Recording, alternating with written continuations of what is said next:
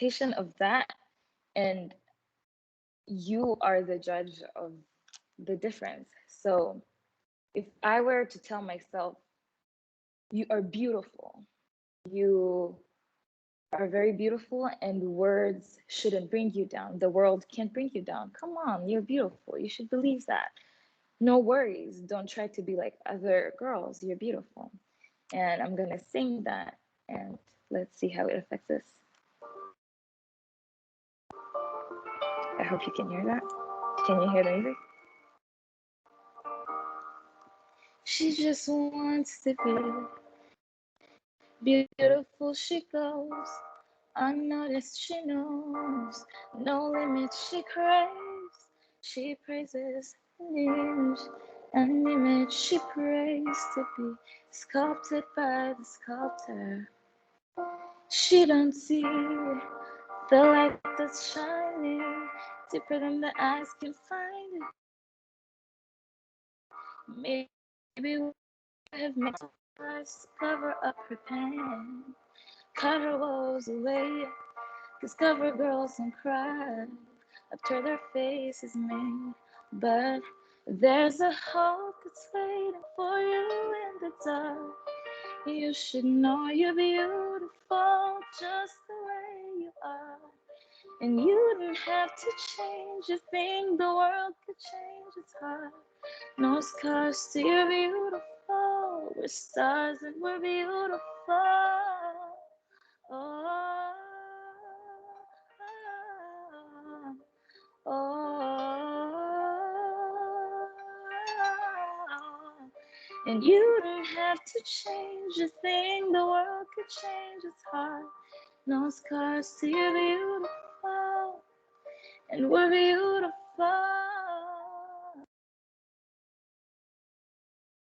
As you heard, music can have different objective emotional response, and you should be the judge of that. So in my opinion, I believe that experiencing, this is where I believe that existentialism, or where I tried to make it meet with Plato's and Aristotle's belief in mimesis. I believe that we should be able to experience, and using Plato's analogy or allegory of the body being an imprisonment of the soul, I believe that what other way can we be able to adapt our prison in or get out of the prison without adapting to our prison and making sure that we learn our way around it.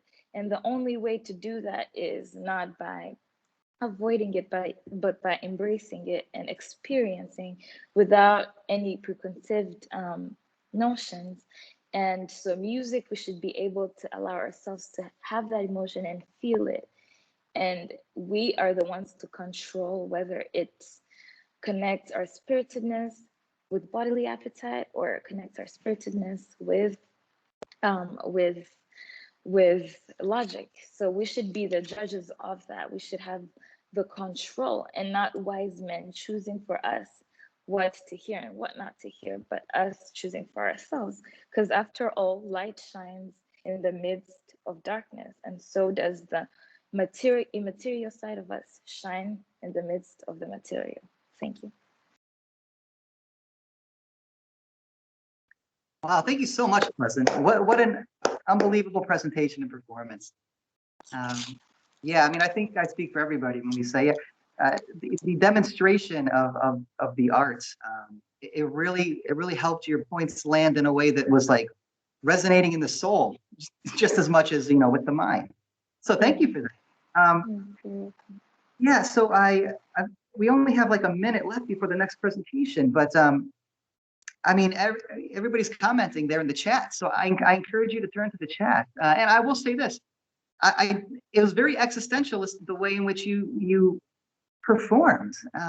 It's kind of like the experience will teach you first, and then let that lead to the logic rather than the other way around, which seems to be exactly what you're saying. Yeah. So yeah, I mean, I think you did an excellent job, a demonstration as well as the essay itself in critiquing those earlier notions of beauty and sort of bringing mimesis back in a way that's, again, more, just more concrete, just more personal. So thank you so much for the presentation. Very welcome. Yeah, thanks. All right. Up next, it's gonna be a tough follow. Up next is Camille. So Camille's presenting on justification of animal rights and equality. Now, again, this is a theme that we already heard in the morning part of this conference, but it's going to be a different approach. And yeah, I believe, is Camille in the room? I think she is. Yeah, she's been here the whole time. So whenever you're ready, Camille, take it away. Can you hear me well, or am I? Yeah, we can hear you. We can hear you. Okay, great. So yeah, this is gonna be a tough act to follow, but it's all right. Okay, so I'll present my PowerPoint. This is in addition to Abigail's presentation.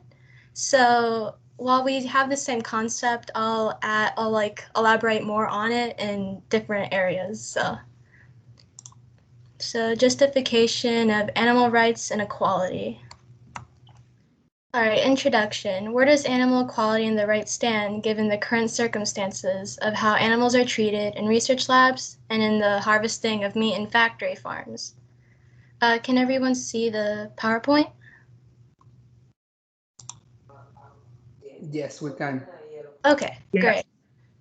All right, so what I'll cover in this presentation is how methods are widely tolerated due to customs of having meat-incorporated diets and testing conducted using animals for over many generations, which is why even though there are methods, whether it's cell cultures, tissues, computer-generated models, it's still kind of difficult to find other methods that give the most accurate and best way to find results without using animals. But I'll go further into that, and I'll analyze how treatment varies between animals and pets in factory farms, and arguments presented that support human moral superiority to permit immoral methods of animal treatment, which is supported by speciesism and the rights argument. And I'll challenge those said arguments by utilizing the weak animal rights theory and the marginal argument. These are two quotes that I wanted to highlight. Cruelty is acknowledged only when profitability ceases by Peter Singer, 1989, and the industry has the power to define cruelty by Bittman, 2011. All right, this is an article, a New York Times article that was created by Bittman in 2010, yeah, or 11, my bad. A 19-year-old woman was arrested by ASPCA agents, and she was charged with aggravated cruelty to animals for harming a hamster and sadly killing it. And then what happened was that sparked a lot of controversy, considering how she was given such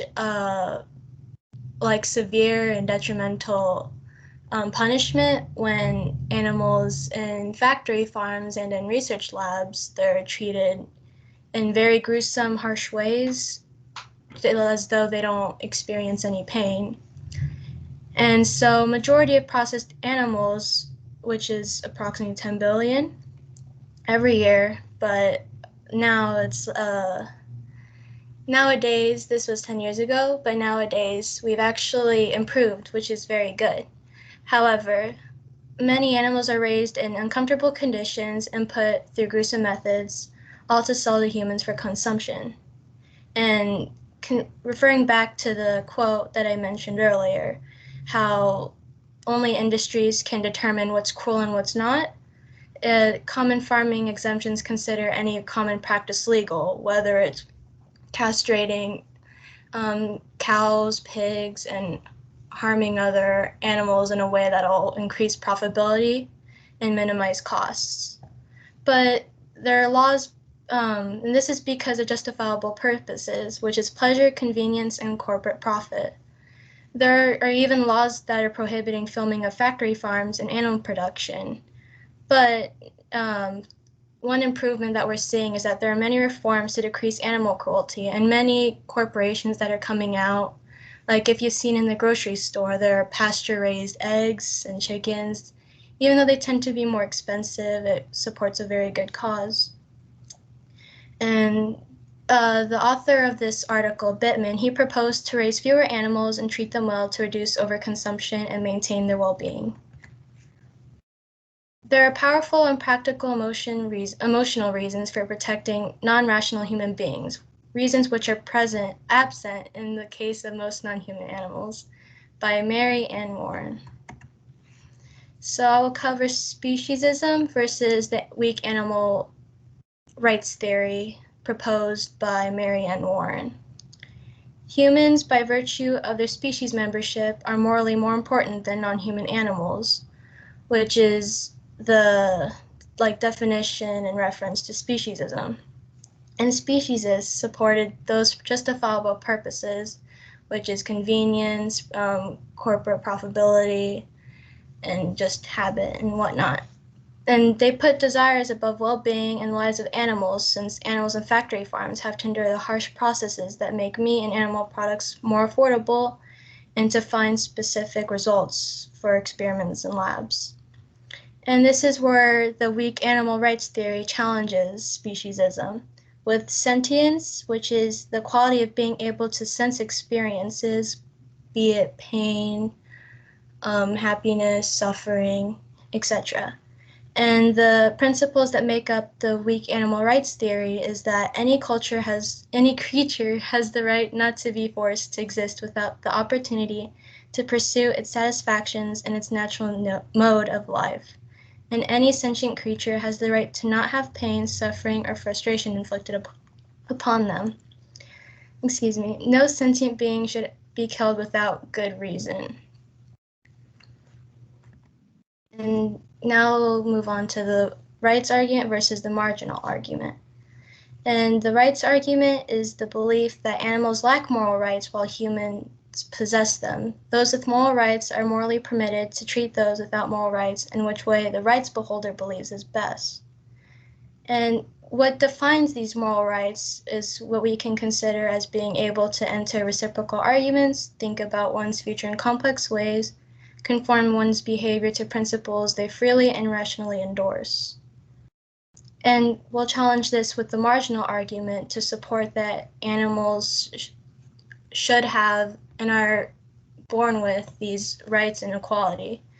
And while this may seem kind of controversial with the argument between marginal beings, in reference to moral rights, considering that's what the rights argument is supporting, marginal arguments are individuals who tend to lack the ability to exercise those moral rights due to their level of mental capacity, which is children and the mentally incapable.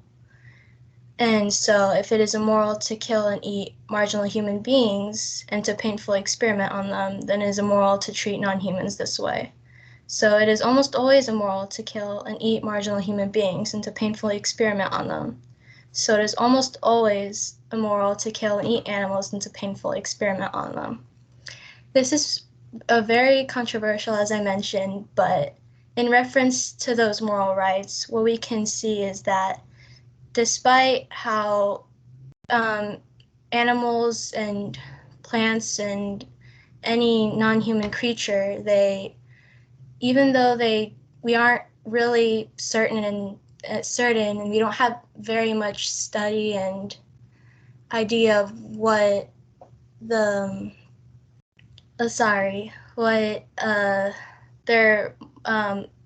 capabilities are and what they can do and how they exercise those moral rights, we can assume based off of how while they don't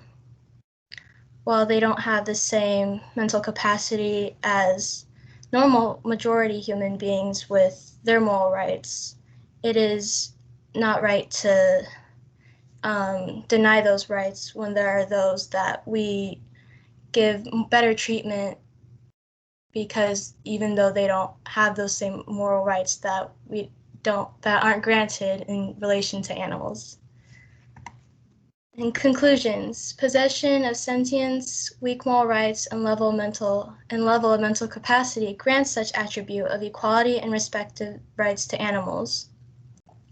As I mentioned earlier, with how today we've improved significantly with reforms and innovations in terms of animal testing and factory farms, there's still a lot of improvement that can be done, considering how we only have such limited options with animal testing because there are certain problems and experiments that are unfortunately cannot be conducted without animals. There's a lot of innovations with cell cultures, tissues, computer models that really have made a difference in the amount of animals that have been used over the years. So there is still much room for improvement in reference to animal rights and equality when considering traits and circumstances shared between humans and other animals. And so while I'm not saying that treating animals and testing on them in very horrific and gruesome ways is right, I understand that in this day and age, there is only so much we can do.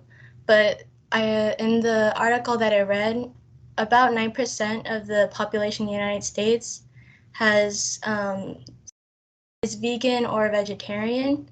So we're making a lot of improvement in terms of how much meat is consumed in relation to environmental factors and etc. So hang on, let me see how much time we have. Okay, so I wanted to present where animal testing methods are right now.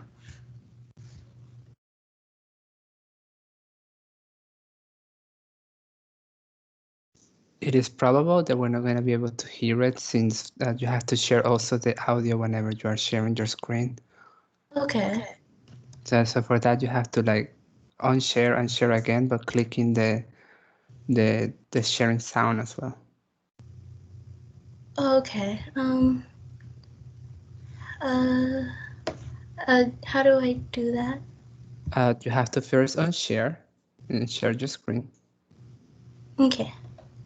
Okay, now you have to try to share again, but there's going to be like an option right on top of the sharing options. That's going to say like, it should say include computer sound. Yeah, it should say include computer Okay. sound with that. Or if you want, one of the officers can share it for you. Yeah, I see it. Thank you.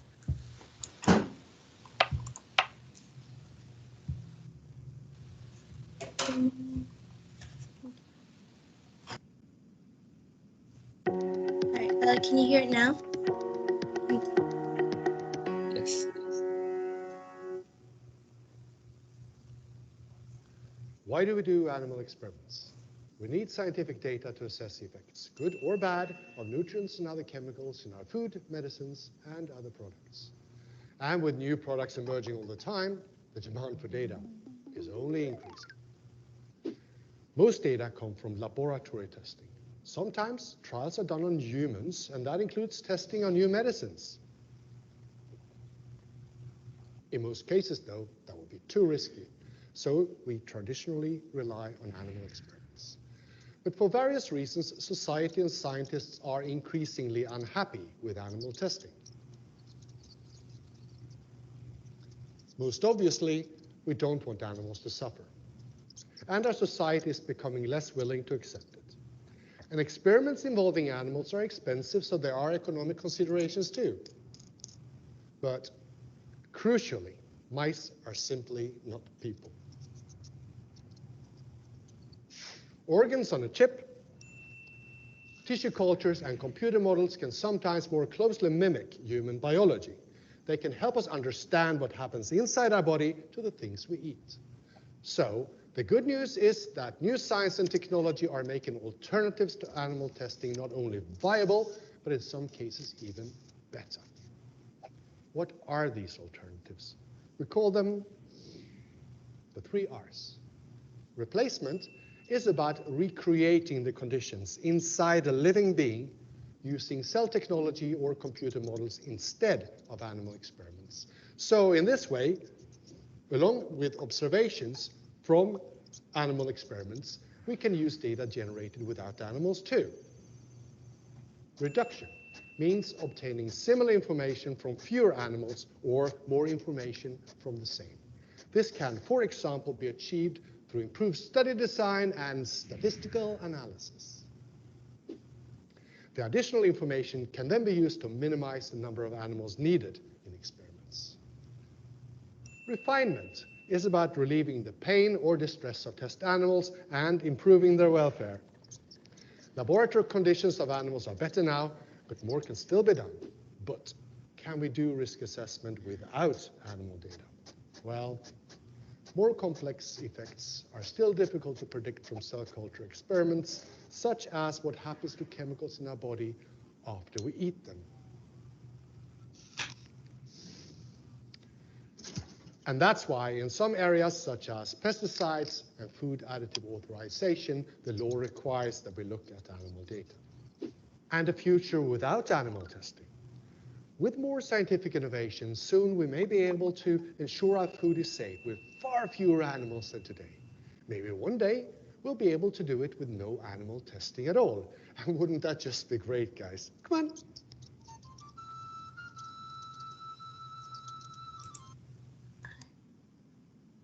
Okay, thank you. We're probably short on time for questions, but I'm free to put my contact info in this presentation, along with my essay in the chat if you'd like. Right, thank you. Yeah, thank you, Camille. That was wonderful. Yeah, again, I mean, I do have questions I would like to pose, but again, that's what we have the chat for. So feel free to use the chat, y'all, to engage with your presenters. All right, the next presentation, I guess we could just skip it. The next presentation is by, again, the Dallas College Philosophy Club student president, Fernando J. Castro Gonzalez. And it's an interesting one, human Geist. And just for people who may not be familiar, Geist is a technical term. It essentially means spirit or mind. It's mostly used in Hegel. And yeah, so I'm curious to see here how Fernando makes it human. Yes, thank you. Just one thing, we do need to like unshare the screen since it's still there, at least on my end. Oh yeah, there we go. Oh, thank you so much. All right, so yes, it's me again. Woohoo! All right, so hello everyone again. It's me. I do want to do some important notice before my presentation. This presentation is actually more personal than any one that I can do right now, like at least today, because it has a different approach that I normally do not do. Normally before I present, I try to create something more structured. I do like a lot of research and all of that, but I choose not to do that, at least for this one, because this is a topic that I have on my mind quite often, and I actually try to have it in a way that I can eventually have your insights, since it's something that I want to keep exploring. So with that being said, I will start my presentation. So I will do also another disclaimer. I wrote this presentation with the full intention of observing your reactions and getting to know what you think about it. So I encourage you right off the gate to challenge my ideas. Also, if you haven't had the time to meet me, I am a very abstract-minded person. So please, do not stay with the surface of my words and try to look some meaning into them. If I'm honest, a part of me hopes that you feel a little bit uncomfortable today. Not too much, of course. I don't want you to leave the conference. That would be disastrous. But just enough so you can have these thoughts for a while. I will typically look for a fancy manner to reach your attention, but this is not going to be the case. During my time here with you, my goal is to make you consider one idea. That despite your beliefs or experiences in life, or any difference you may feel you have, which makes you believe you are unique, are in fact not too different from others. As Margaret Mead once said, always remember that you are absolutely unique, just like everyone else. People looking for what makes them different tend to dismiss how similar we all are. We can empathize with each other and collaborate better in our communities if we understand that we share a unique bond, pun intended. Such things as physicalities are not the focus here, since yes, we can see that we all have different size and height, different colors, hair. So that's not what I'm talking about. What I'm talking about is something more profound.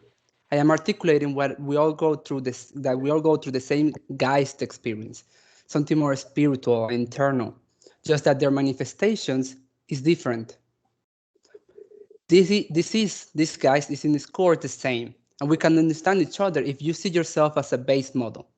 Hopefully, you get to know yourself throughout all your life, but everything you live can help you connect with others because what you're going through, one way or another, is the same internal challenges that somebody else has. And when I say others, I mean absolutely everyone. Because we have the basis. We are born the same way. We're all humans, such we believe. And I will start with one example. Let's say that you know a person who has an immense passion for train models. And perhaps you don't understand why this person has this passion, because you never liked trains before. But that doesn't mean that you cannot relate to his or her happiness. Maybe you feel the same passion towards something different, let's say philosophy, since we're all here for several hours hearing philosophy. I'm assuming that we all somehow have this passion. Perhaps yesterday you could not sleep or stop thinking about this conference, and you wonder where it's going to be your life after this event ends. Maybe you go and watch a crash course online on philosophy to clarify some of the terms learned today, and you Google other philosophy events happening online in the near future. The truth is that this same passion that you're professing in this case, it is the same that this person with the train is feeling in his hobby. Probably he's also not sleeping or stopping thinking on when is going to be the next time he's going to be playing with his train. Maybe he's also going to YouTube, watching somebody else play with trains that he doesn't have yet, or go to Google just to buy an extension of his playground. So next time he plays with his train, this maybe just go around in the air and do some sound effects. So it's going to be a whole more experience for him. But the thing is that the same internal process is happening. It's just that it's not being exteriorized in the same fashion. And I think that this is because of education. We have been educated to react different toward the same emotions and internal processes. As I already spoke before in the previous presentation, let's say in gender equality, women are more likely to be seen normal to cry than men. Men are educated to not cry, so they grew up with all these differences, and then like, why do you cry? You shouldn't. But it's not like you are feeling the same emotion. You're just showing it in a different manner, and that doesn't mean that one or the other is wrong. You still have the same core. Another example that I want to mention is when somebody acts with malice. When I feel something or someone do something bad to me, I'm not feeling bad because I didn't expect it, but it's because I knew I thought the same, but I just didn't act upon those thoughts because I was educated to react differently. And this is something that I just in this country, I'm seeing that is a common thread despite our cultural differences. We all go through the same internal struggles, and we tend to work on hiding them as much as possible, which for me is funny, because it's just we connect even more. In this presentation, I am trying to explore the link that we all share with each other. I keep hearing, for example, in media's outlets where everyone wants to be like glorified, to have a legacy, to be special. And in this search of uniqueness, we keep doing it the same. And if we are all doing it, how unique is that search? I don't think it's unique at all. And I feel like if we are really looking into how we are connecting, we should also consider changing the perception that we have of family. Is it really family just like a blood related? Because I'm a twin brother. And my twin brother, his blood type is O positive and mine is A negative. So am I really his brother? Like, are we really like in the same family? Like, what exactly makes us family? Based on my understanding is that we should like care for each other. And hopefully we do. But sometimes you're not blessed to have to be born into a family that cares for you enough to try to make you happy. What happens then? Normally what I see is that even though you are having these dysfunctionalities as a family, you still try to push to look into a solution. Because why? Because that's what family does. Like, that's your brother, but you have to work into it because eventually, like, that's what you're expected to be a family. But why does it have to be so narrow? Why does it have to be just between family? Why we cannot share this to more people outside our circle? And I understand, and here I'm touching into two idealistic ideas. I understand that it's not something that it can happen just tomorrow or today, even though I would hope it is. But I have people outside my family that I also consider like brother and sister and father and mother, because they care for me. And that's what I feel for me, that is like a concept of family. And I believe that if we all start like acting as if we are very much connected, we can start empathizing with others, we can start connecting with each other, and life will be more easier. I think that we're complicating too much our existence when we are actually so much unified that if we really care how the other person will like be succeeding, you will be succeeding in one way or another too. I'm not sure how much time do I have, and I still have to, I would like to have a Q&A. I think I have like 5 minutes. So I will stop talking. I can talk about it like all day. But I will finish my presentation here so I can have some Q&A. Or at the very least to listen to your thoughts on it. Thank you. Thank you, Fernando. Wonderful sentiments. Yeah. Did you have a question? Excuse me? Yusha, did you have your hand up or? The first time I had my hand up, I was reminding him that he has 5 minutes left because he was asking. And the second time that I had my hand up was I couldn't stop thinking about the term poltergeist, which is usually the remnants of a ghost, of a dead person's soul who is unwilling, if you're into religion and all that stuff, poltergeist is unwilling to leave this plane and on to the next one, right? So in this sense, that dead being or that ghost or spirit or whatever you want to call it, they still have a connection to whatever's holding them down onto the earth. And I think that is something that we need to instill in ourselves as humans, that we find a connection that makes us want to stay instead of pushing each other away. Because I mean, look at us just now. We're miles and miles apart. We had participants from different states, and this is our connection, our love for philosophy. And I think it's touched up on Fernando pretty nicely, because the two older sisters that I have, they're twins, and I'm 1 year younger than them. Yet everyone thinks that we are triplets because how close we are. And then I have a younger brother who's 4 years younger than me. So it's all about understanding and seeing through other people's perspective, instead of just instantly like judging onto them and saying that, oh, you're right, I'm wrong, and that's the end of the story. Because that's just not how things work, especially now, where everyone's already pretty distant as is, and bringing stuff like this up usually puts off a lot of people. Yeah, I appreciate that. And I kind of want to build on that sentiment. I know we only have a couple minutes left, but I kind of want to put it to you like this. It sounds like, and please correct me if I've misunderstood, it sounds like, Fernando, what you're saying is, going back to this notion of Geist, and how Geist works according to Hegel in sort of the human part, is that it's a sort of individuation that galvanizes. And that sounds paradoxical. But I kind of think that's what you're saying, that we all sort of individuate in our own particular ways. When I say individuate, I mean specifically, come into our own, and to the extent that we're able to choose who we are, which we'll talk about in the Philosophy Club later today. But just because we do it differently doesn't mean that it's not something that we all have in common. The circumstances may vary, but the phenomenon ultimately remains the same. And if we can recognize that universal aspect of human existence, then maybe that will lead to a more sustainable world, recalling your earlier presentation. Does that sound okay? Yeah, that sounds okay. The reason why I chose the Geist there is because based on what I remember from what I was reading Hegel and what you were explaining in Hegel, is that Geist is like this unseen entity that is like covering all humanity. It's kind of like history in this case. It's kind of like, it's what keeps us like moving. So it's kind of like I'm trying to see us as like we are all like individuals, but in the same Geist, and we are like we're trying to separate from each other, but we are really still just one big entity. And every time that we try to like differentiate to each other, really we're just working toward like the same objective. Because let's say we all have passion, we all have this internal drive, but we manage it differently. Why?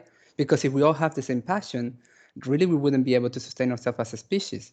Because I mean, let's say that everyone just have the passion to have the drive to just be reading books, but we still need some people who are able to like create houses. We still have people who need to be able to like, I don't know, make food, you know. So like I do believe that in a sense we all are driven for the same emotions, we are driven for the same internal processes.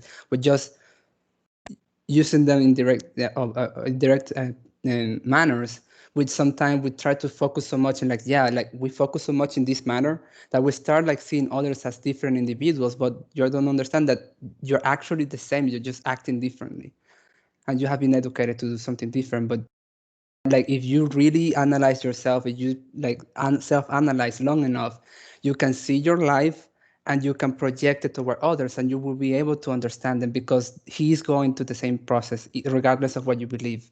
And you can always look like you can look there is no example so far I've thought where somebody, even despite the differences I add them, you cannot relate to them. So yeah. All right, well, thank you. I mean, again, I'm happy to go back and forth more, but another presentation's on the way. Well, not a presentation, another event here. So thank you very much, Fernando. And you're going to come back one more time. You're going to be delivering the final presentation before the Philosophy Club meeting. So looking forward to that. And again, feel free to engage our presenters in the chat. And of course, immediately after they present or immediately after they debate, in the case of what's about to happen, yeah, throw an exclamation point down there, and we'll let you talk if time allows. Right. Well, I guess that brings us to our next presentation of sorts. So we have a special little informal debate happening, giving them really time to articulate their thoughts on this rather intriguing topic. So again, Philosophy Club student officers Yusha Qureshi and Orlando Silva. How should drugs be regulated? More strictly or less so? So that is the debate.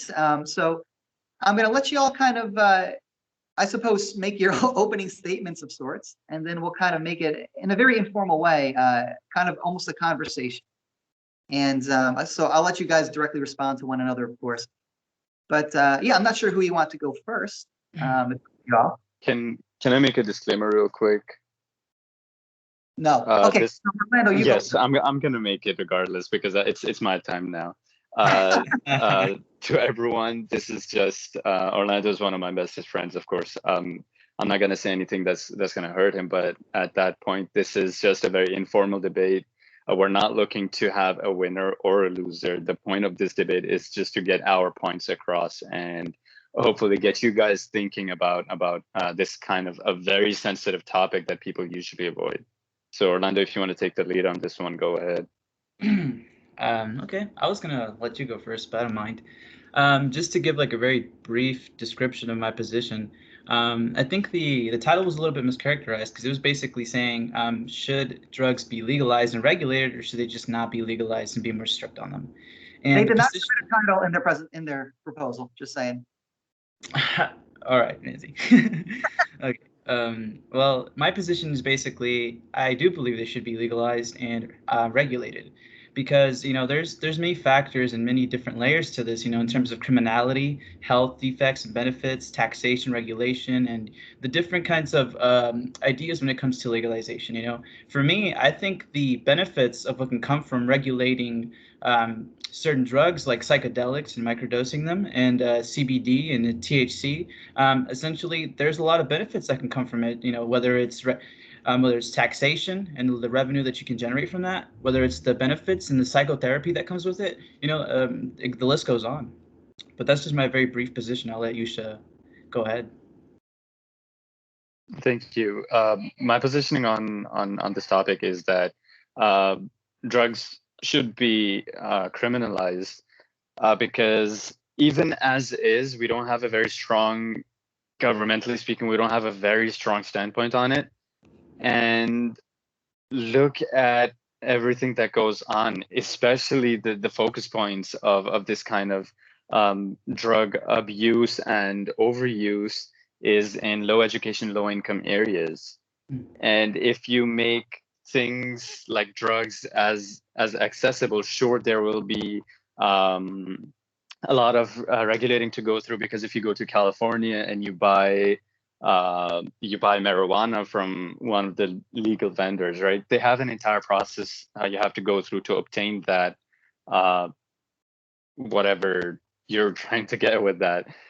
But even if you translate the same process onto other drugs like THC, or even psychedelic drugs like what's it called? Methamphetamines. I'm sorry, I can never pronounce that.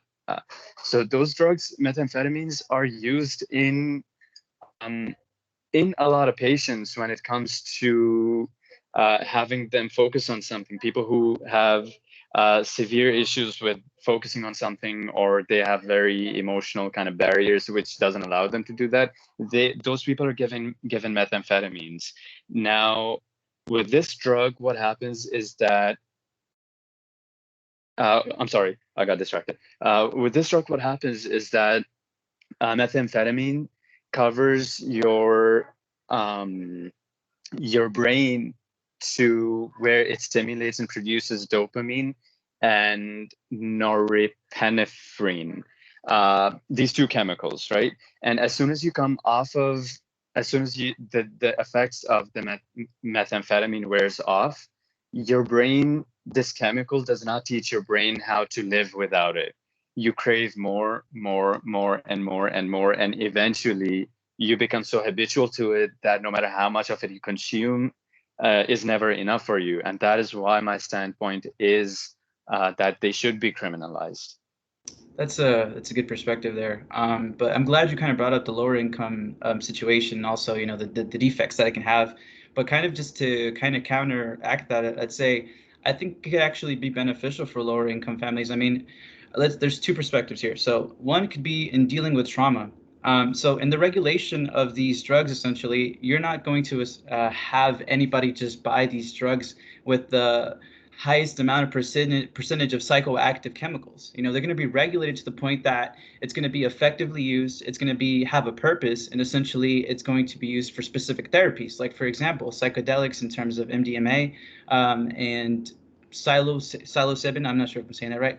They have actually been found by researchers, psychological researchers, that it's actually very effective in psychotherapy for patients to basically kind of dig out their own emotional depression, sort of feelings that they might not come to on their own. And it's actually very useful in these settings, and it actually helps out a lot of people. And if you think about what the implications can come from these drugs, as well as that not everybody can afford things like therapy, and not everybody can afford things like recreation. You know, some of these things are very expensive. So having these offhand essential drugs that are regulated can help a lot of people deal with stress. It's going to help them essentially escape from things like alcohol, from things like tobacco that have much more terrible repercussions, because a lot of the, I think that I saw some facts here in terms of the deaths in the US, and it's actually, I think it was 2018 recorded 480,000 deaths related to tobacco. And it was something like 10,792 deaths related to drunk driving. And that's all comparison to drugs that have not been regulated, and combined of heroin and cocaine, it was 29,000. And that's a drastic difference. 480,000, and then you had the 42,000. That's a drastic difference in terms of what's causing this death, what's causing this sort of trauma. You know, you have legal sort of alcohol, pharmaceutical drugs, and even you could even claim something like fast food. I mean, the reality is we're kind of facing this idea of, can people be responsible? Can they take care of themselves? Can they do this in moderation? And I think, you know, essentially the numbers point that they do. You know, I have some numbers here from Colorado. When things were legalized, it says 70% of the estimated demand for marijuana in Colorado is being met now by legal markets. 90% is what they're estimating, essentially. And not only that, but in terms of the financial side and how these lower income families can actually see good, something more beneficial, is that actually in Denver City in 2015, $29.5 million of taxes was raised for education, for educational programs. And that's just one city. As a state as a whole, I think it's in the billions. Let me see here because I have so many numbers. But it's actually 1.3 billion in terms of tax revenue. I think I referenced that before. But I mean, in terms of just revenue, in terms of the benefits, I think it widely outweighs what the negative repercussions could be, because for the most part, they actually took a survey and it dropped from around 64% people opposing to 41% opposing, essentially, in the state of Colorado. And these are just small numbers. So I'll let you go next because I could probably dictate this. No, I get what you're saying, and I'm actually happy that you brought up the tobacco, because I was going to touch up on that as well. See, with nicotine and tobacco, which are again addictive chemicals, both of them as individuals are more addictive than methamphetamines and crack cocaine. Basically, they stimulate the brain and they kind of regulate the how chemicals flow through your brain and your blood. So with that being said, it's estimated that one in five deaths that occur in the United States is because of tobacco. And now, as is here, if these drugs, these opioids, these narcotics were regulated and people had access to them, sure, even though they might be in very minuscule quantities, but think of it this way. Right now, even in my own high school where I graduated from, for prom, some of my classmates went to their older brothers and sisters to buy them alcohol, and the older brother and sister was like, okay, I don't care, like as long as you're paying me or whatever, I don't get in trouble. They didn't care. They bought them the alcohol and those kids got in trouble. I don't know if you heard, but I think last year it was, where it was right beside my home. These drunk kids, they stopped their vehicle on the train tracks right on Spring Valley, and they got T-boned and all three of them died. And I live right next to where that happened. So that is only because we regulate alcohol and tobacco as it is. So the figure that you mentioned, drunk drivers kill 10,511 people per year on average. So if you add people who are not in senses because they are under some sort of medication or some sort of influence of a drug or narcotic or opioids, if you look at the prescription medicines or even flu medication, it says do not operate heavy machinery. Now, heavy machinery does not mean forklifts and cranes and whatnot. It means you cannot drive, you cannot function properly, you have no control over your motor skills, and these are prescription medications. Now think about when it comes to recreation, how devastating is that going to be? Sure, we all know drunk driving kills people. We have all had that mom against drunk driving in our high school. We all see those classes and documentaries when we're getting our driver's license. But does that stop people from drinking and driving? No, they don't care. They just want to get their license. They just want to seem cool. And when you introduce something this catastrophic, and I was not going to show this at first, but since I'm a nice guy, this was a research done by NASA where spiders were given these drugs, which are mentioned underneath each simulation. This is a normal web, how the spider created it, the one that they used for experimenting. This was its motor controls under marijuana, under benzedrine, under caffeine, and under chloral hydrate. So something as simple as caffeine, I mean, we consume it in our coffee. And to think of it, a lot of narcotics and opioids are predominant with caffeine. Now, if an insect whose primal instinct it is to create a web, to seek shelter, to seek food from it, cannot function properly, to where it cannot follow its instincts. We as humans who do not necessarily have that primal savage dominant instinct, how negatively must it affect us before we properly criminalize it? And when it comes to the smaller, less educated, low-income communities, right now, people who are sitting on stashes of drugs, even marijuana per se, they become overnight millionaires just by registering an LLC. Now, what happens when they start evading taxes? What happens when they illegally start selling those drugs to minors, to people who are not supposed to have drugs, to people who have a bad history with them? Not only that, I mean, how many cases must we look through in our news, social media, that a person got high, drunk, or whatever? They either overdosed or they started abusing their child and spouse. How many more people should depend on the government aid? So you made a really pretty good argument there, but there's one issue I have with it. Is you're kind of conflating the effects of things like alcohol and things like psychedelics and marijuana. So the numbers don't really reflect your argument here, because we have in terms of pharmaceutical drugs and the deaths that they cost, it's at 46,310 overdoses, and that's prescription drugs, versus psychostimulant, which is 12,676. And so, me saying that essentially is, you would think that by your logic that if legalizing drugs like marijuana in certain states would cause a rise in sort of criminal activity or possibly, accidents. But when I was researching this, I actually couldn't find many cases at all about marijuana causing any accidents. As a matter of fact, I only found one. And I actually kind of challenge you to go and look, and maybe you'll educate me, but I actually could not find any other case in terms of a marijuana directly influenced accident. And so with that being the case, I think when we're conflating these kinds of drugs, it's a bit troublesome, because we're conflating the effects that they can have versus what these other drugs that aren't even regulated can have in terms of that. And I mean, also, once again, I think marijuana, I look closely into it, can't even overdose on it. That's also another effect that you have to kind of think about when it comes to things like that.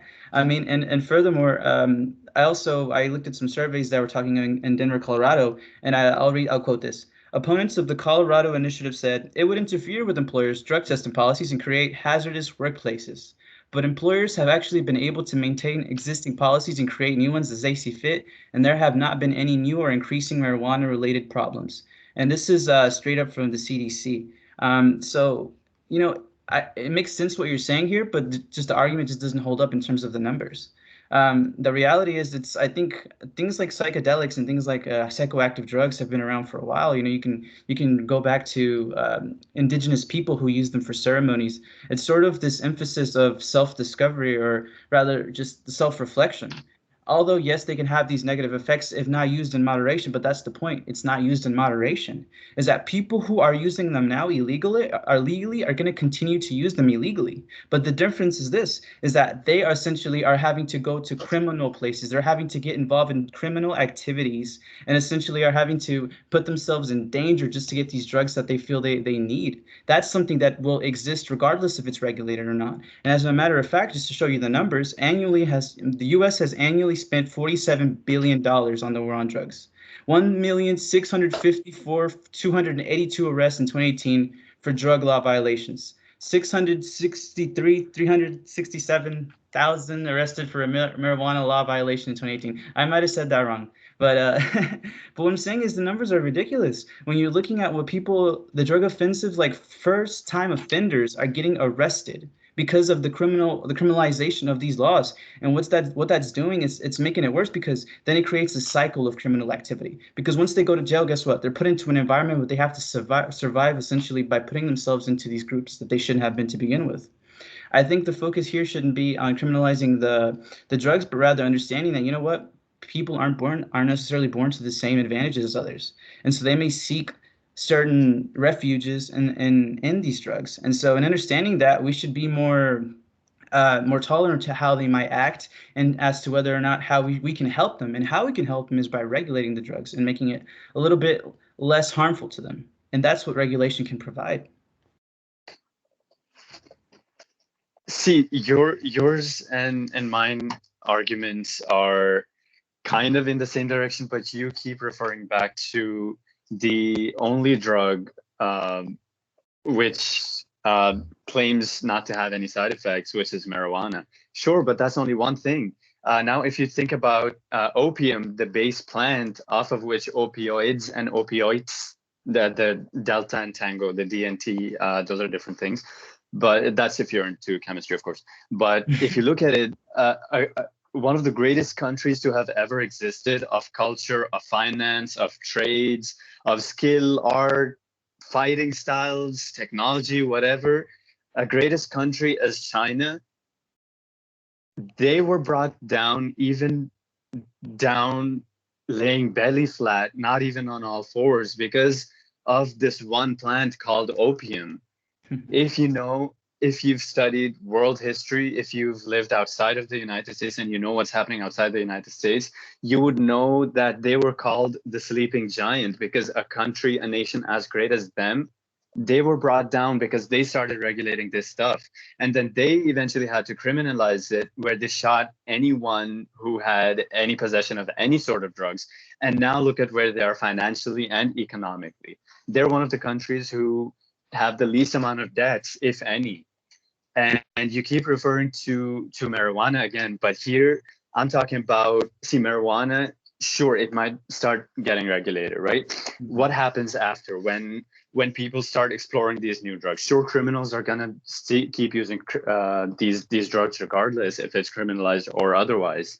But instead of putting first-time offenders in state prisons and in harsh environments like that, why don't we keep them in a place like, for example, if you get a ticket, right, you can defer it by taking these certain classes which are on ethics, which teach you that not to do it again. If you have anger management issues, the judge doesn't sentence that person to prison. They send them to anger management classes, they send to therapists and whatnot. So why not approach this problem with a similar similar outcome? Because if we are dependent on these drugs, even as is, like they're criminalized right now, illicit drug use is directly and indirectly responsible for over 750,000 deaths per year, and over 166,000 that die from overdose each year are under 50 years old. Now, this is what our future generation is looking at. If you look at kids nowadays, of course I'm going to call them kids, I'm 23 years old, they are indulging themselves in nicotine at the ages of 12, 13, 14 with Juul pods. Why? Because there was no precedent set. Sure, they ditched the system of being taxed as a tobacco product because their product did not have tobacco in it. But they had other harmful chemicals that were associated with that Juul pod or whatever it was. And I hope my Bluetooth doesn't connect to the car. But in any case, these it's stuff that needs to be monitored, and we cannot always rely on the aid of our government, because yet if they take taxes on these, right, as much as twice as what they tax tobacco, for instance, then that money will be put to these people recovering. And what's going to happen to people who are recovering right now from excessive use and that kind of problems? And all of a sudden, because the government started regulating it, they see these billboards for something they were trying to keep away from, they were in rehab for. It's the same thing with alcoholics, because they're told not to go to parties where alcohol is being served because it is a vice, it is a temptation. It's called a vice because it's not so easy to get out of. So yeah, you're making a lot of good points there, but I think you're still conflating. You're just like how you think I'm conflating. I think you're conflating as well in terms of illegal and prescription drugs and opioids. I did kind of stay away from opioids because there are a lot of legal opioid pharmaceutical products out there, and the damage to what comes from them. Honestly, there's a lot of blame on that. I think it's been reported that just from 4 cases, from big pharmaceutical, let me mute you because you're from 4 of the biggest pharmaceutical companies, one of them being Pfizer, which they actually are working on a vaccine for COVID, just so you guys know. Just for 4 cases, they actually had to pay out $10 billion to people from misleading ads, from misleading labels, and that tells you of the nature of these pharmaceutical companies who are taking advantage of people, and that could be very, very well why you're seeing those numbers for opioids. And I mean, not even just that, but I feel like we're also discounting the idea of regulations that what's going to come from it is scientific exploration as well, because the class of these drugs are at such a level.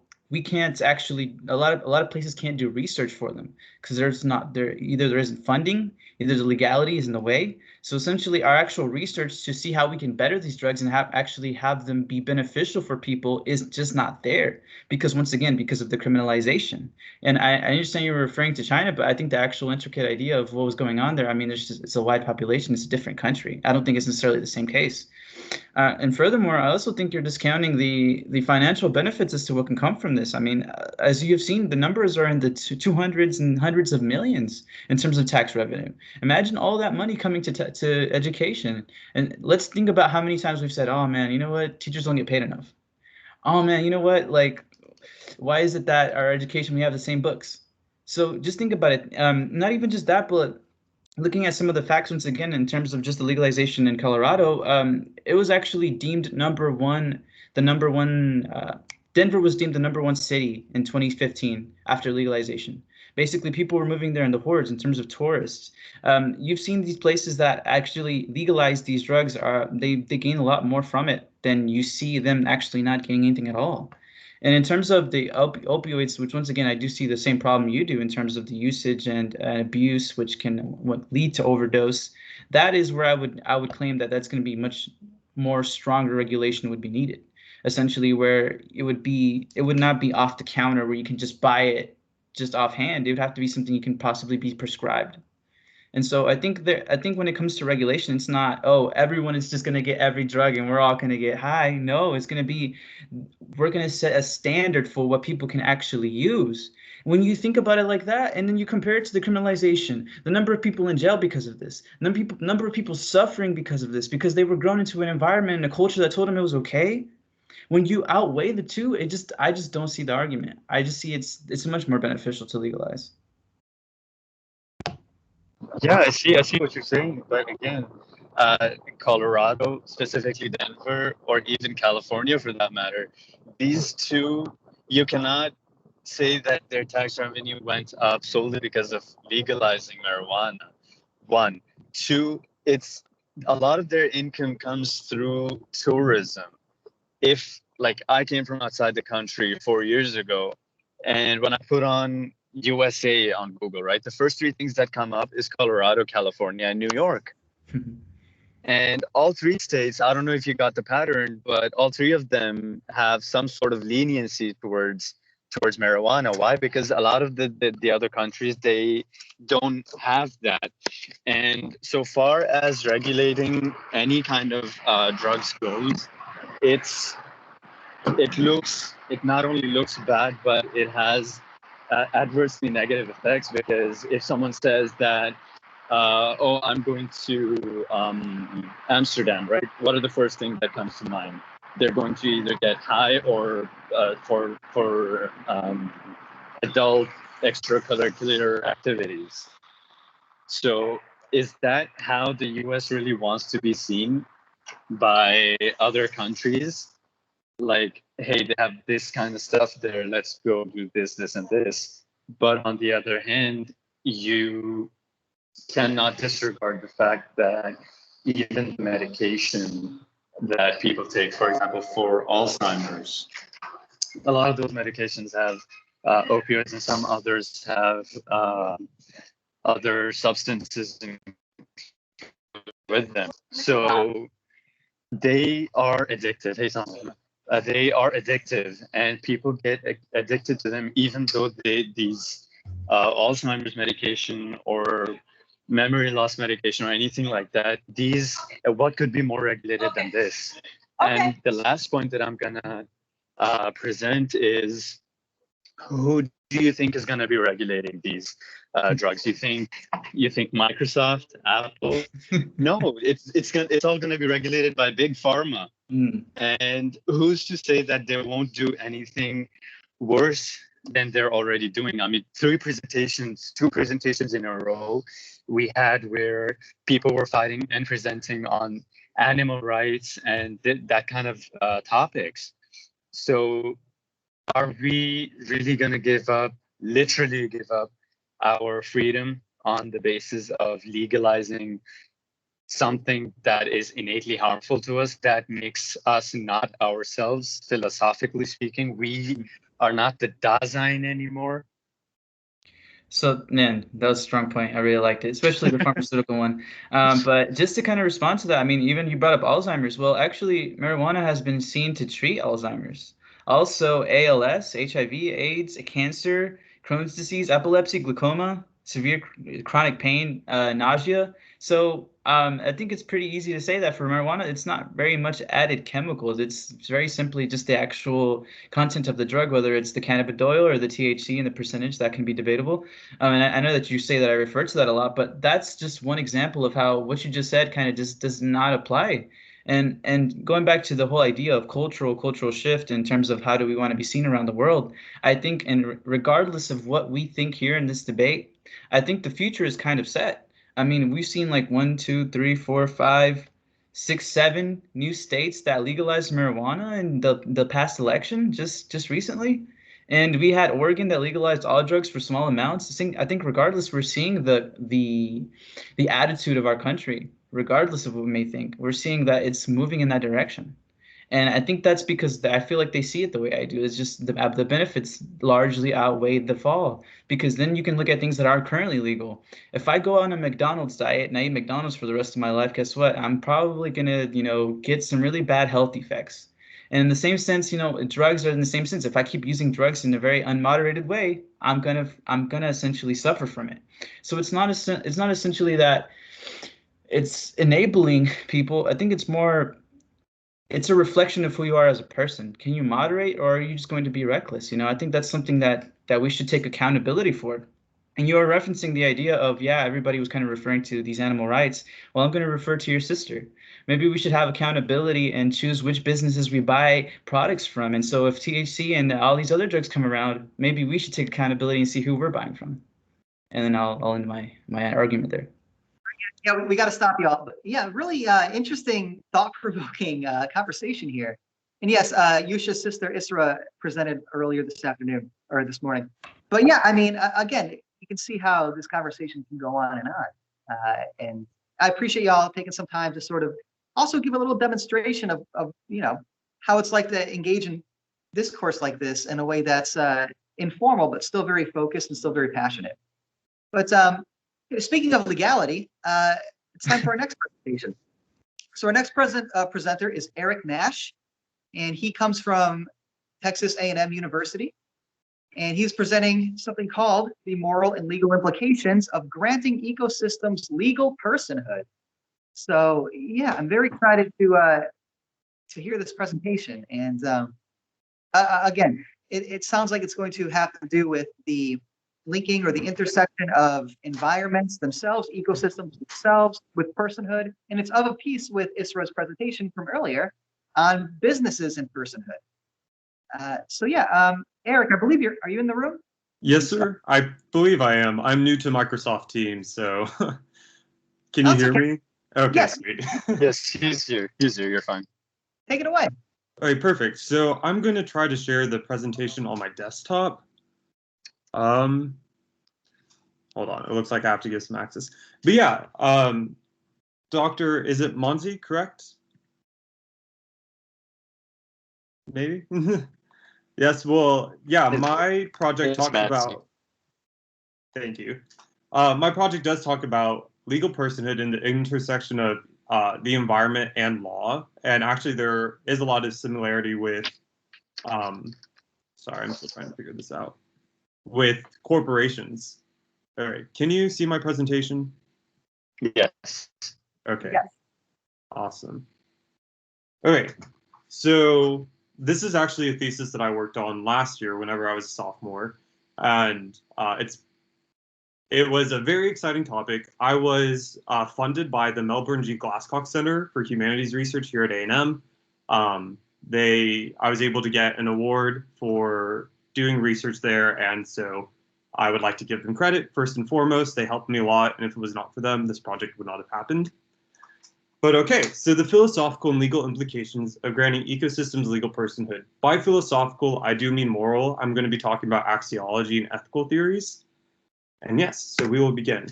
So what does this mean? So granting legal personhood to ecosystems means many things, but these are the four main ones. First and foremost, they will get representation in court, meaning that they can, so all of these together, meaning that they can sue somebody on their own behalf. They have standing. Whenever they are injured, their injuries must be taken into account by the court. So say for an example, a river has been polluted by a factory and all the pollution has gone downstream and harmed the farmers who've used the river. As it is right now, the only way that river receives any compensation is if the farmers sue for the damages to their crops. However, by making the river its own legal person, it could sue for loss of animal life, contamination of the water, and so on, without the farmers ever being involved. And so because of this, say the river sues the corporation. Whenever it sues the corporation, the court can grant remedies to run to the direct benefit of the river without considering anybody else. So then why do this? So right now, everybody knows environmental degradation is a very serious issue. By giving ecosystems legal personhood, it better protects and conserves the environment. And again, as it is right now, it's insufficient and more protection needs to be given. And so this is similar to how corporations have legal personhood, but I'm going to get to that in a second. So the way I've structured this presentation is I'm going to go through some possible objections, and then I will respond them as best as I can, and then I'll have time for questions at the end. So possible objection number one is that ecosystems themselves do not matter morally. We tend to believe that only beings that are sentient, that can reason, or it depends on what theory you adopt, but typically sentience is a necessary component for intrinsic moral value. Ecosystems are not conscious. They are not even themselves living things. They contain living things, but they are not themselves one organism. Therefore, it must be impossible to commit a moral offense against an ecosystem per se. An argument is that ecosystems, they may matter, but at best they matter instrumentally and not intrinsically. So before I get into my response, I have to go over the axiology that I used for this project. So I'm going to talk about the things that have intrinsic moral worth. So this is a mouthful, but the theory that I use is called the principle of inclusiveness, but then it was augmented by a modified version of axiological anthropocentrism. So what this means. So pretty much what it boils down to is that I believe animals and people are the only things that have intrinsic moral worth. Plants do not, inanimate objects do not. The reason for this being is that they are sentient. And so we have to get into three different kinds of desires: categorical desires, non-categorical desires, and basic desires. So animals, for example, have non-categorical desires, as do humans. These are the kinds of desires that confer interest onto the being, making them have moral value. So, but these are also desires that do not make life any less or more worth living, for lack of a better term. So for example, animals have non-categorical desires insofar as they want to lay on your bed while you sleep at night. They maybe want to eat at a certain time in the day, and so on. Whenever these desires aren't met, life isn't seen as any less worth living for the animal, just as it would for people. So an equivalent for people would be, say I want to go get coffee right now. If I do not go get coffee, my life in its entirety does not seem any less valuable. So animals, they are only capable of non-categorical desires because categorical desires, as you can see for people, is the opposite. It is those things that we consider that make life worth living. For example... Hey, Eric? Yes, ma'am? Eric, I'm sorry, we can't see what you're sharing. Oh, you cannot? Oh, shoot. Okay. So yeah, there it is. There we go. Oh, okay. I didn't mean to, sorry. No, you're fine. I'm so sorry. I'm like 3 slides in, but Yeah. that's okay. So yes, categorical desires. Examples of this would be finding love, having a great career, having children, having kids, things that an ordinary person or a typical person, if they do not achieve these things that they want, they do deem their life a little bit less valuable. So then ground projects, this is the definition that comes straight from my paper. Ground projects are the accumulation of all categorical and non-categorical desires that a human being, or any being really, has, and their satisfaction is considered to create the highest value of all. And so those are the things that have intrinsic moral worth. So then going off of that, the possible objection that ecosystems do not have moral worth is absolutely right. Whenever I went into my research, I was hoping I'd be able to prove this objection wrong, but it is right. And it's actually right for a very unique reason. There is this thing called the ontological problem of ecosystems, meaning that ecosystems do not really exist. In the scientific community, there's 13 definitions of ecosystems, all with their own merits, but there's not one agreed upon one. You cannot look at an ecosystem in its isolation and say, this is where it starts, this is where it ends. This causes an ontological problem because we cannot do wrong or do right by something that we don't even know where it is. And so this approach to environmental ethics is called ethical holism by saying that ecosystems in and of themselves do matter. However, there's another branch of holism called practical holism, which states that as purely a matter of efficiency, because of their complex and fluid nature, ecosystems should be treated as single entities. And so the solution that my paper sets out to do is say, when it comes to matters of law, we set arbitrary and definite boundaries for ecosystems, just how we do for property, how we do for nations, and so forth. Though they do not exist out in the real world, air quotations, I don't know if you can see me, I hope you can. Just because, or so, they don't exist out in the real world, but we can make them exist in the legal world. All right. So then a second possible objection, an ecosystem cannot represent itself in a court of law. An ecosystem, like we said earlier, is not conscious. It does not know when it has been injured. It does not have a voice. So even if it did know it was injured, it cannot speak for itself in a court of law. And they don't have a means of filing a court case. All very reasonable objections to have. However, this is not a problem, as it sounds like you all have heard earlier, this is not a problem unique to my project. And in fact, that isn't a new problem in the modern legal system. So the response to this objection is called a system of guardianship. In the system of guardians, it works similar to how corporations or boats are represented in court. A human representative brings their case to the court and litigates for them. Guardians would be chiefly concerned with the well-being of the ecosystem and those affected by it. So the guardian is going to be somebody who is themselves affected by the well-being of the ecosystem. This is typically going to be people who are local to the ecosystem. So say there is a local park.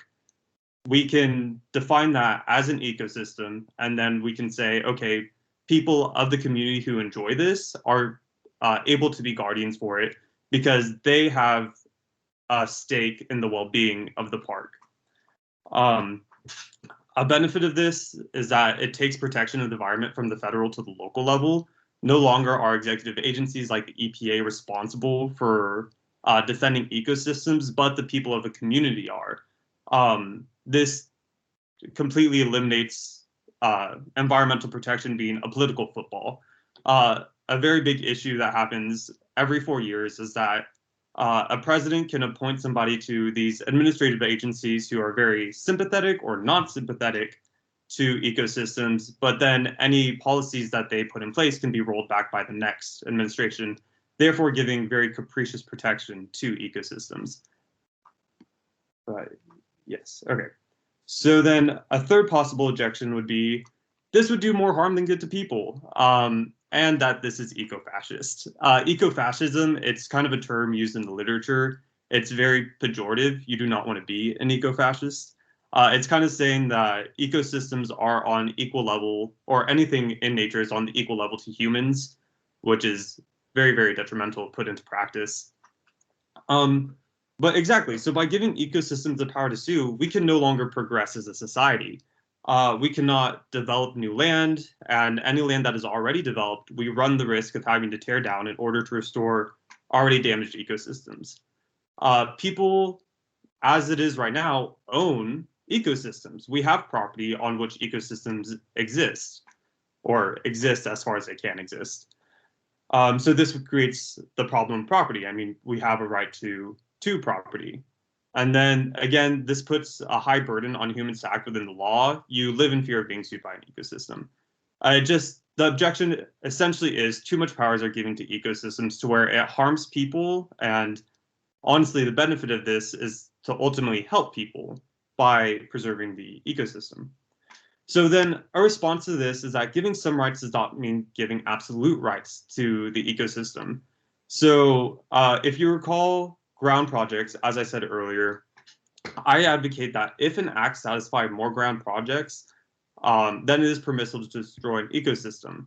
So take, for example, clearing out, or take, for example, drilling into the Arctic in order to receive oil.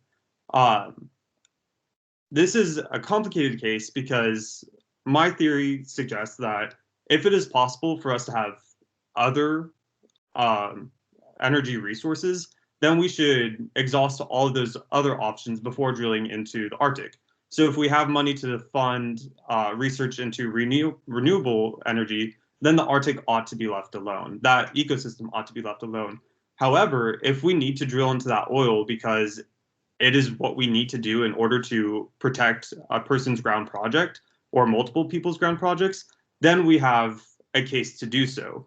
All that my proposal does is it gives the Arctic, that ecosystem, the opportunity to show, hey, look, there are other avenues that you can take, and by preserving me, you're actually going to save more ground projects in the future than you are by drilling into me. If you are concerned about the property component, this again serves as corporations. Corporations have a thing called dual personhood. They are both property and person. I advocate for extending the same thing to ecosystems. Ecosystems can still be owned, but they also can be legal people.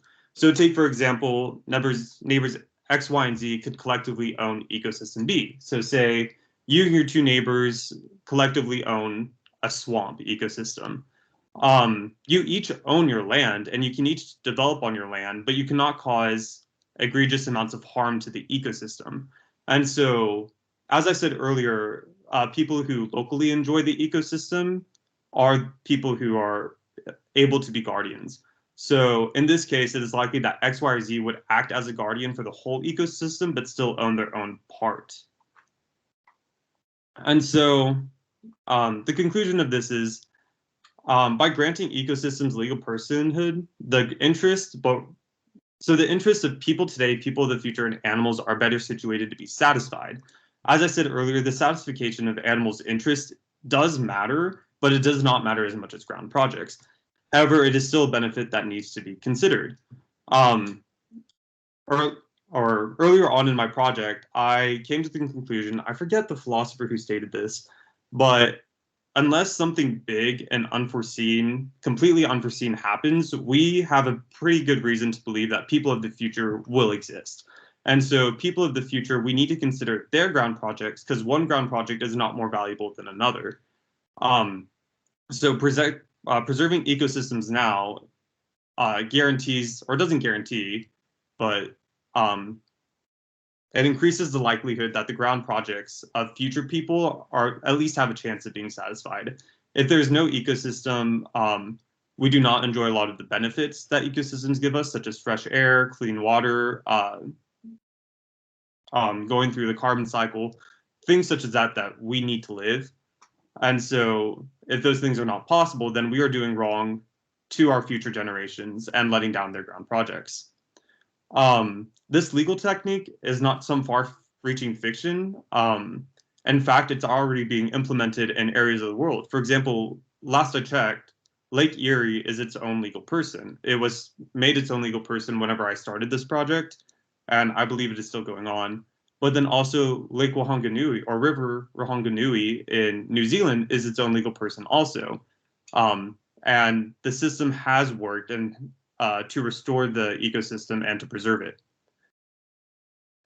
This was a very concise explanation of my project. There's a lot more that I can get into the theoretical heavy lifting and in the practical implications of it, such like as in the legal world. So I will be taking questions. And let me see if I can unshare this. Eric, thank you so much for that presentation. Just terrifically thought-provoking. And yeah, just to put you at ease, I think we saw most of the visuals. I just think we missed the second slide, but and we were able to do the entire time, so you're good. Yeah, I mean, unfortunately, again, we have to sort of move on to the next presentation, but I strongly encourage those who are in the room here to engage Eric in the chat room. Again, you see the exclamation marks. That means, you know, we have some attendees who would like to engage with you. So feel free to continue the conversation in the chats, or of course, share your contact info. And yeah, you can continue on with the conversation indefinitely. Of course, yes. So do I just use the chat box here in the corner? Yes. Okay, great. Thank you so much. This was a great opportunity. I love talking about this. Thank you again. Yeah, our pleasure. Great having you. Yeah, we're super casual like that, as you might have seen with the debate between Orlando and I. We try to make everyone feel comfortable and like home, so it's not an awkward place where they're in. Exactly. Okay, Eric, I think you need to unshare though. Okay, how do I do that? Did that work? Yeah, perfect. Okay, great. All right, thank you so much. I'll engage people in the conversation room. Awesome. Okay, so our next presenter, Soliana, is going to give us a breakdown of philosopher Alan Watts, a very intriguing philosopher in and of himself. So, Soliana, I believe you're present? Yes, I am here. Excellent. Well, okay, I'll turn it over to you. Okay, so I'm going to share it. Okay.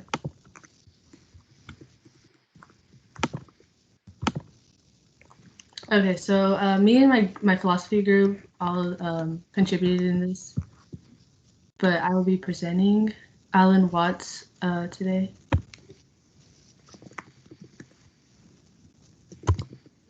Alan Watts is a really pivotal philosopher, and he was born in London on January 6, 1915.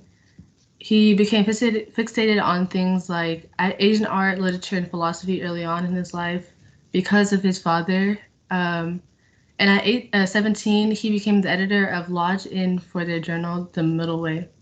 In his adult life, he was an author and speaker in the 1900s, and he was one of the first to interpret Eastern wisdom for the Western audience.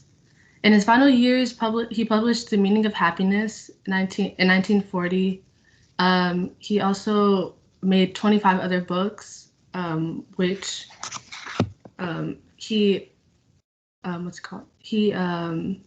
introduced his theories and opened the eyes of many people. Alan Watts, he writes the book on the taboo against knowing who you are, which discovers the reason and the solution of the problems of life and love, death and sorrow, the universe and our place in it, and what it means to have I in the center of our experience, and what the meaning of existence might be. So he introduces many ideas like a new domain, not of ideas alone, but the experience and feeling. A new way of understanding human experiences without a manual or religion, and what it means to have genuine love where genuine love comes from, and not the sense of duty or guilt. His other book in the bottom right corner is called Become What You Are. He says that if you are really aware of your your own inner workings, you will realize there's nothing you can do to improve yourself. He says that improving yourself is just watching what happens around you, and you just see the world how it is and not how you should improve yourself. Alan Walsh's theories in liberation, he grew up raised in a Christian household, but he did not enjoy some of the answers for his questions. So his religious views before were Christian, but he after he converted into Buddhism and Hinduism because they answered his questions. Hindus think that the real you is a self-universe, so basically you are part of the universe itself. Liberation is a theory of which there is no dependence on anything, just like a sort of ritual. He compared it to having bad eye vision and going to the I don't know how to say that. So what's it called? Ophthalmologist. I don't know how to say that.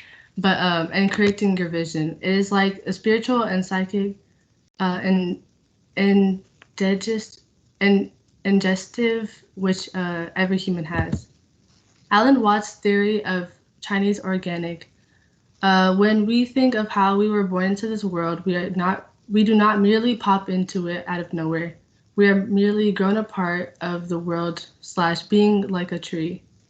An Asian sage once said, "The perfect man employs his mind as a mirror.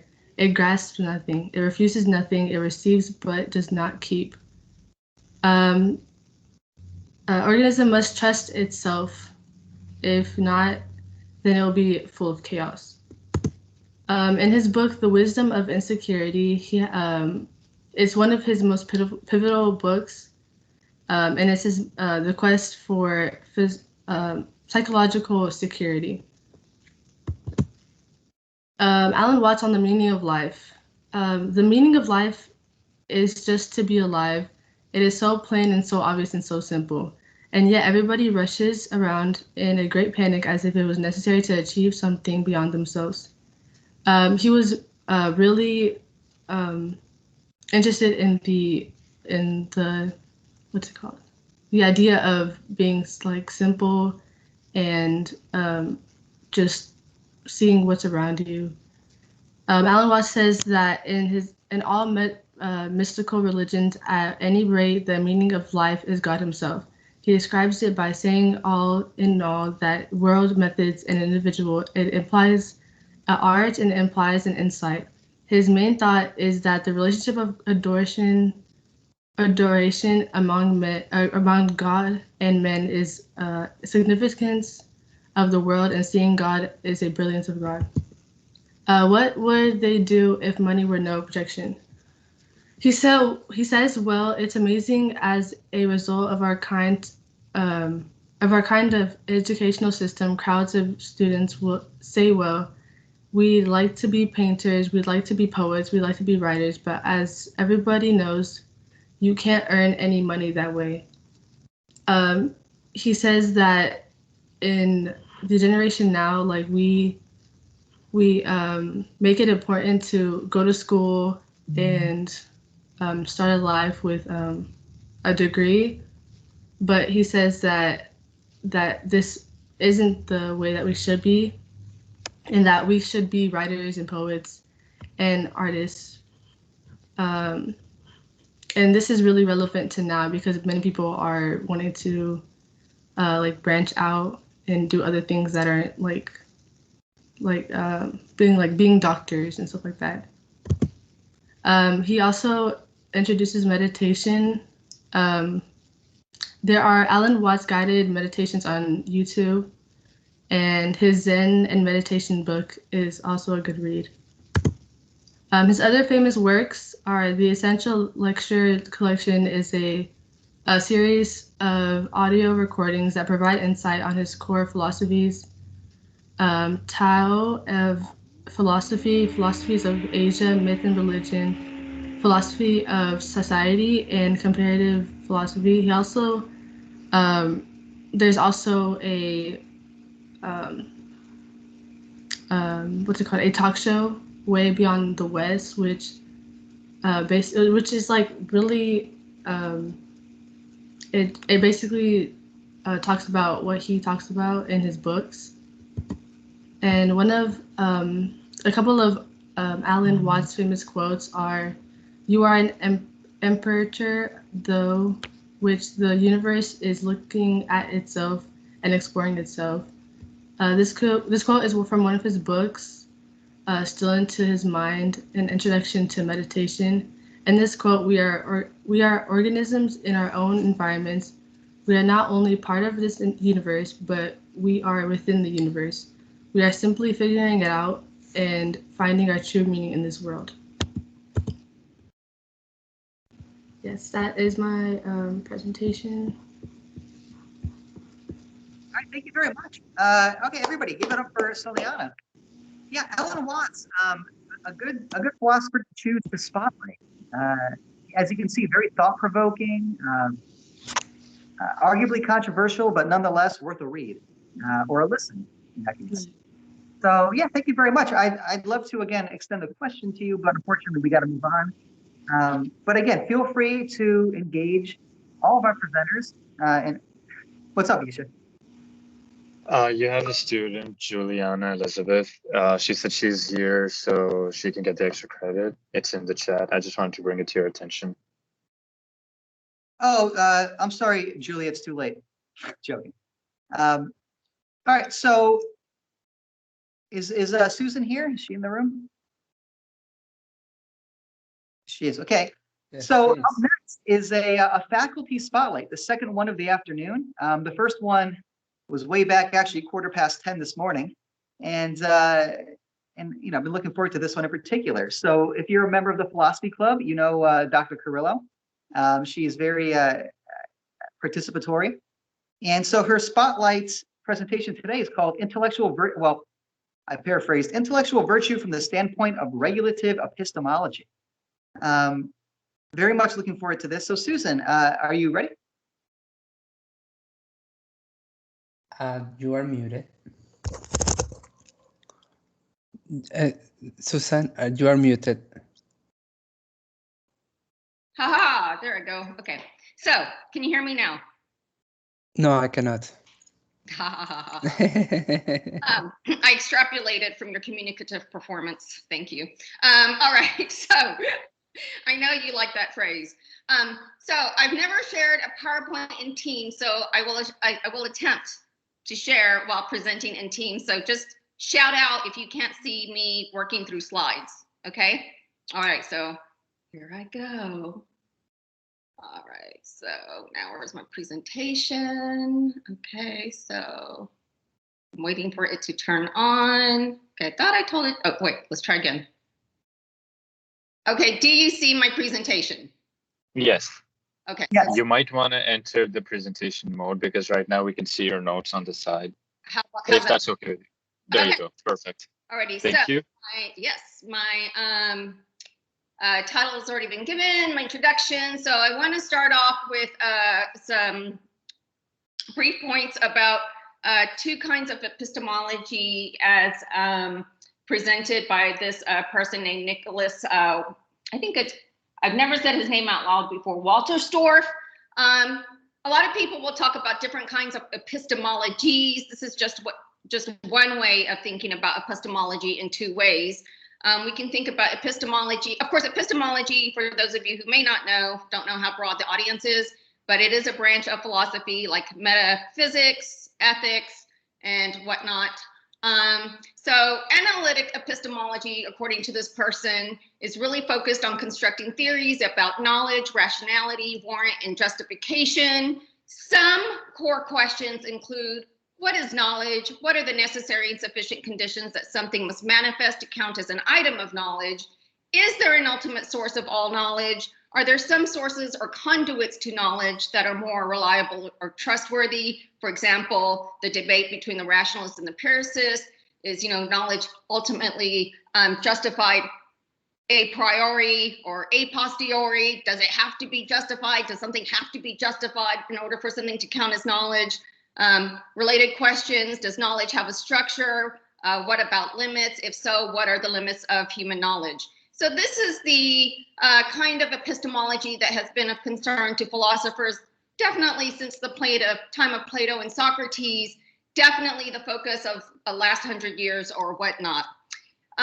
What has been emerging in the last, I would say, 30 or 40 years is something called regulative epistemology, even though we already see this kind of epistemology within the works of Descartes and Locke, two of my favorite philosophers. I am a fan of the Enlightenment. So regulative epistemology, and I'm getting this text from a book by Robertson Wood, and I'll say something about them in a moment. They say that regulative epistemology is the kind that is mostly practiced by Locke and Descartes and others of their period, though something like classical foundationalism does get produced as a byproduct. So in the past, when I've had a unit, because I do units, problems, and topics, and not history of ideas in my classes. When I've taught Descartes and Locke, I do get students to understand that Locke and Descartes are interested in the human mind and how it works and how we ought to pursue knowledge. But also, I do call attention to how they do each reflect or construct or offer or present what's called foundationalism and epistemology. I'm not going to get into that because then we're going to be back into analytic epistemology, and I don't want to do that. Robertson, now this is straight from John Locke. So this is what somebody doing regulative epistemology sounds like. So regulative epistemology tries to generate guidance for epistemic practice, how we ought to conduct our understandings, what we ought to do by way of forming beliefs. It's a response to perceived deficiencies in people's epistemic conduct. So think about that. We often talk about conduct, behavior, whether it's in a classroom, at a meeting, at work, in a conference, especially when it comes to observable behavior. But what about conduct in terms of your epistemic conduct? We have all kinds of identities. That has been a big theme in the philosophy club. What about our identity as knowers, as epistemic agents who can form beliefs and try to make decisions about how informed their beliefs are and whether they count as items of knowledge? Regulative epistemology is strongly practical and social, rather than just an interesting theoretical challenge for philosophy professors and smart students. So it's not really concerned with things like a brain in a vat, or Plato's allegory of the cave, though I think Plato's allegory of the cave is more interesting than a brain in the vat. I do understand the concerns that give rise to thought experiments like that. Okay, so you're supposed to be able to see my next slide, but I'm not sure that you can, so let me see if I can fix this. Okay, so recommended reading. I'm just going to highlight to you some one or two intellectual virtues that regulative epistemologists might be concerned with. And so I'm going to kind of give you like a little sampling of what it means to be interested in regulative epistemology. But before I do so, I want you to know that I'm going to leave out so much stuff, obviously, lots of the theory behind it, so many details, the history, the context giving rise to our new concern, or a lot of people's concern with what's called regulative epistemology. Two books that I have read include the ones that you see here, Intellectual Virtues, an essay in regulative epistemology by Robert C. Is it Robert C. Roberts? Yeah, I didn't know if I was having some kind of weird mind thing, but yes, that's his name, I forgot. And Jay Wood, lovely book, gives you a lot of theory, a lot of epistemological context, the history of the epistemology that I am leaving out. The Inquiring Mind on Intellectual Virtues and Virtue Epistemology. I love them both.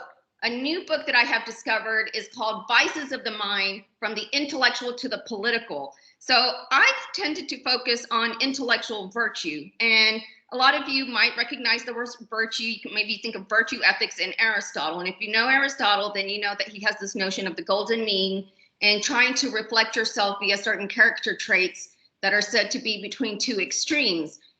In thinking about our epistemic character and character traits that we might have as persons of knowing, I've tended to focus on the golden mean and not the extremes. And so I'm really excited to read this book here, Vices of the Mind by, don't know how to say his name for sure, Qasim, I'm not sure. Okay, can somebody let me know when I only have 5 minutes left? You're almost at 5 minutes left. You're missing 6. Okay, for some reason, I don't think I can forward. Okay, we're going to skip this. I'm not going to define intellectual virtue for you. We're going to skip intellectual humility. I'm going to just offer you one example of intellectual virtue. So 4 intellectual virtues that I stress in my classes are intellectual humility, intellectual empathy, intellectual perseverance, and intellectual courage. I think I'm going to give you one sampling, which is intellectual empathy. So one thing that regulative epistemologists do is they do a lot of conceptual work, because they're not about giving you rules necessarily on how to conduct yourself when you're trying to form beliefs about your own beliefs and other beliefs and what you think you know, what they think you know. Rather, they explore concepts and say, here are some concepts and here are some traits, and use them as aspirations to perfect yourself as a knower, as a rational agent. So intellectual empathy is about entering into other views, imaginatively putting oneself in the place of others so as to genuinely understand them. Now, this does not mean that you're practicing intellectual empathy only when you're entering into an opposing point of view. You practice intellectual empathy anytime you're trying to understand somebody else when they're speaking or when they've written something. So when we're listening to the presenters today, we're practicing intellectual empathy. When you're on social media and you want to listen, you're liberal, but you're listening to the Republican present their views, you're practicing intellectual empathy. When you're listening to a fellow liberal give their view and you happen to agree with them, you can still practice intellectual empathy because you still want to see what their chain of reasoning is as to how they got to their conclusion. And so that brings us to dimension 1. Seeing how others use some beliefs to justify others. That is the reasoning, argument, logic. You're getting into their logic or reasoning shoes, so to speak. Dimension 2, penetrating the concepts of the others so as to understand their structures and how they hang together. So that's when you notice people using a certain word. So if I say, you know, it was morally wrong for that person to have an abortion, well, then we can say, wait a minute, what do you mean by the word wrong? So I'm practicing intellectual empathy when I ask you, what do you mean by that word wrong? Could you please define it for me and let me know how you came to form this concept of wrongness? So that would be a form of intellectual empathy. So significance. Biases and prejudices can get in the way of getting into someone's thinking. So when we're practicing intellectual empathy, we are willing and able to enter into a viewpoint whether we agree with it or not. And in doing so, we become aware of the need to watch out for biases and prejudices. Something else that I want to point out as significant about intellectual empathy is that we cannot claim to have given a fair hearing to another if we have not made a good faith effort to acquire accurate knowledge, clear knowledge, concise knowledge of how he or she thinks. In other words, you have no business judging somebody that you haven't even really tried to understand where they're coming from, okay? Think about all the debates today, whether it's George Floyd, social protest, who's doing the looting, who's doing the vandalizing, is looting a legitimate form of protest? Are they different people? Is there ballot fraud? You know, who really won the election? What's the truth about the coronavirus? There's so much out there. And a lot of people just dismiss views without really listening to them with intellectual empathy, simply because they oppose their view or they feel threatened by the views. Oh, it said the PowerPoint had decided to end my show for me. I guess a final thing that I would want to say is that what I'm doing right here, what I've talked about, what I've gone over, itself manifests, demonstrates the practical social nature of regulative epistemology. That's when the authors Roberts and Wood are focused on regulative epistemology, they do stress it as a social practical thing, but I also think it's a very personal thing. We realize our full rational powers in the Aristotelian sense when we take mind of these virtues and try to avoid the vices. By the way, one opposite or one extreme of not having enough of whatever makes you intellectually empathetic would be, what does it mean? Can you guys think of a word like not empathy? If you cannot be empathetic, or maybe you don't think of others, you think only of your what? Like an opposite. Of yourself? Yeah. So intellectual self-centeredness could be an extreme, having too little of what might make you interested. So you're interested in beliefs, but maybe you're only interested in your own beliefs and not the beliefs of others. What would be another extreme? A vice. Maybe that would be, I'm not sure what it would be, maybe intellectual hyper-altruism, but that can't be right either. I'm not sure what the word is, but that's maybe where you're interested in everybody else's beliefs and understanding them, but I'm not sure, actually. I'm still working on that one, which is why I want to still work on the other one. So there's a lot. And by the way, I'm reflecting intellectual humility right now because I'm saying I don't know. I'm recognizing and admitting that there are limits to my own knowledge. There's so much that I don't know, including stuff about intellectual humility and devices. So guys, that's it. I am curtailing myself. It's been fun. Thank you. Let me try to unshare my screen now. We still have the philosophy club. We still have the meeting later today. So you can expand on that during the meeting. Oh, okay. Okay, let me unshare. Let me see. Have I stopped sharing? Yes. Ma'am. I'm 48, guys. I need help still. Thank you for letting me know. Yeah, no, thank you for that amazing presentation, Dr. Carrillo. Dr. Carrillo is the coordinator of the philosophy program at Cedar Valley College. It's an honor to have you here. And listen, I know how much you had to condense, and I think you did a great job.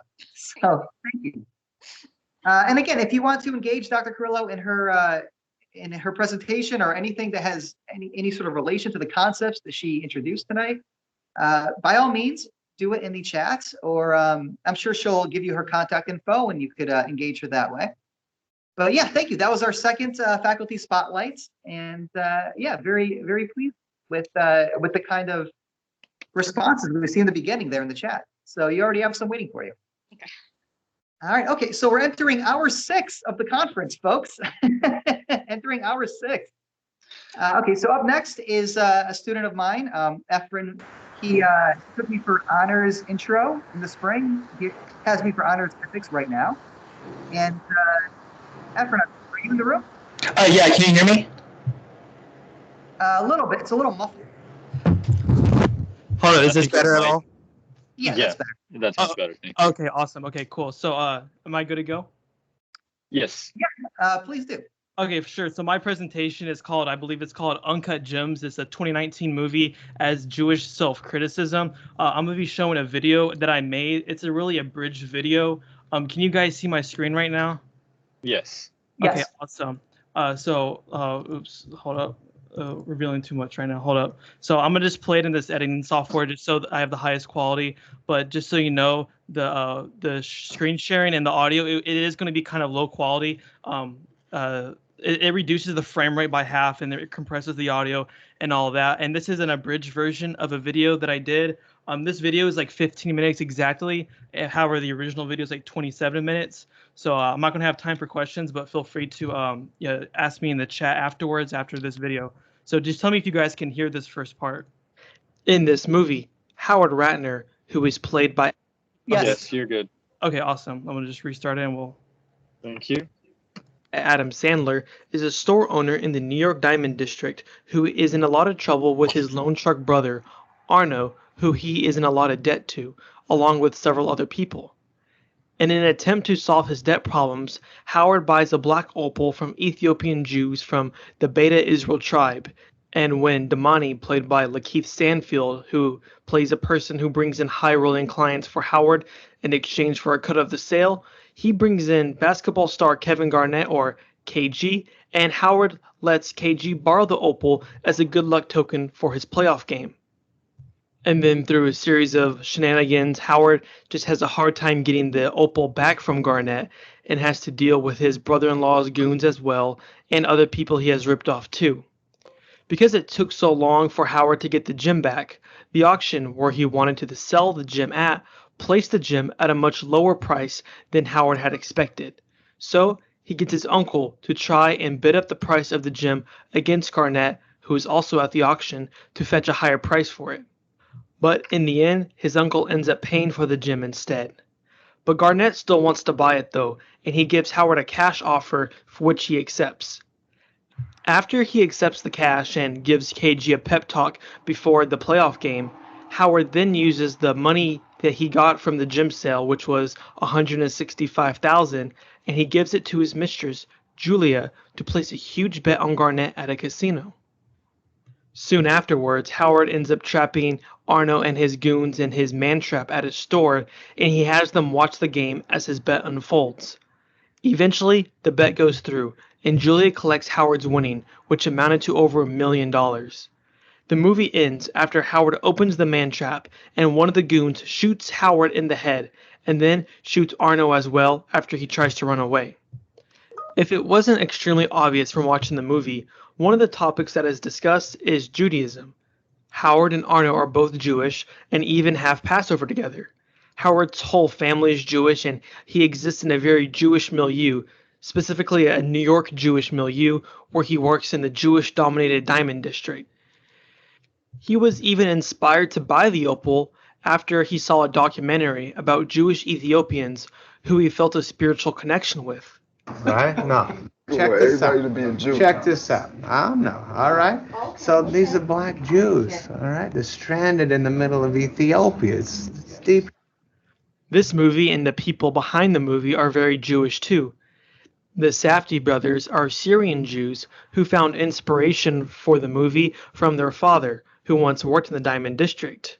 No, those aren't homeless rabbis. Those are the Safdie brothers. Their co-writer, Ronald Bronstein, is Jewish.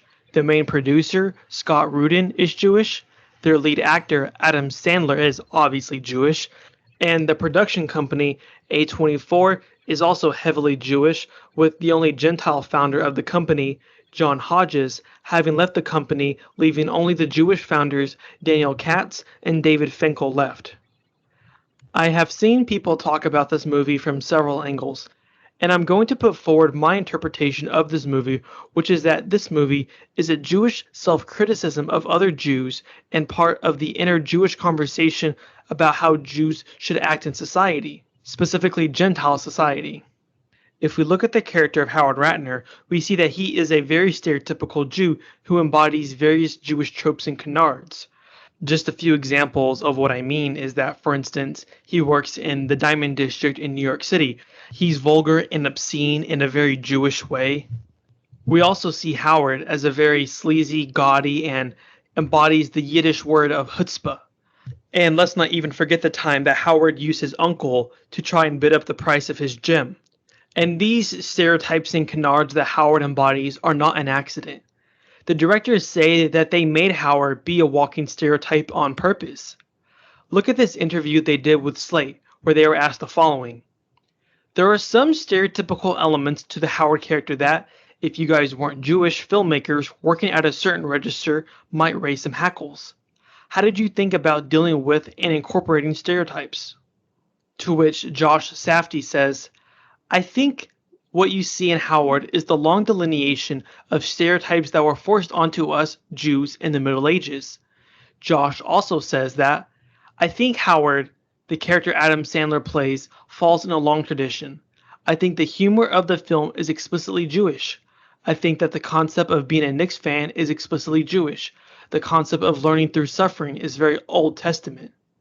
Obviously, we are Jewish, so that perspective is easy for us. But in addition to that, the early inspirations were these titanic 20th century Jews, these overachievers, these overcompensators, these guys with interesting perspectives based on that, trying to work their way into society. The Rodney Dangerfields, the Lenny Bruces, the Don Rickles, the Al Goldsteins. So it's no secret that they are playing into the Jewish stereotypes or canards even, but the question is, why are they doing it? My answer, and what I'm going to put forth in this video, is that it's a Jewish self-criticism. But before we delve into this more, let's take a look at race relations in this movie, which will connect back with my thesis later. Let's start with his mistress Julia. Julia lives with Howard in his New York City apartment, where he stays when he's not at his Long Island house with his wife and 3 kids. Although it's never stated, we see Julia wearing a cross necklace, implying she's a Christian and not Jewish. Julia is obsessed with Howard and seems to be attracted to his wealth and lifestyle more than anything.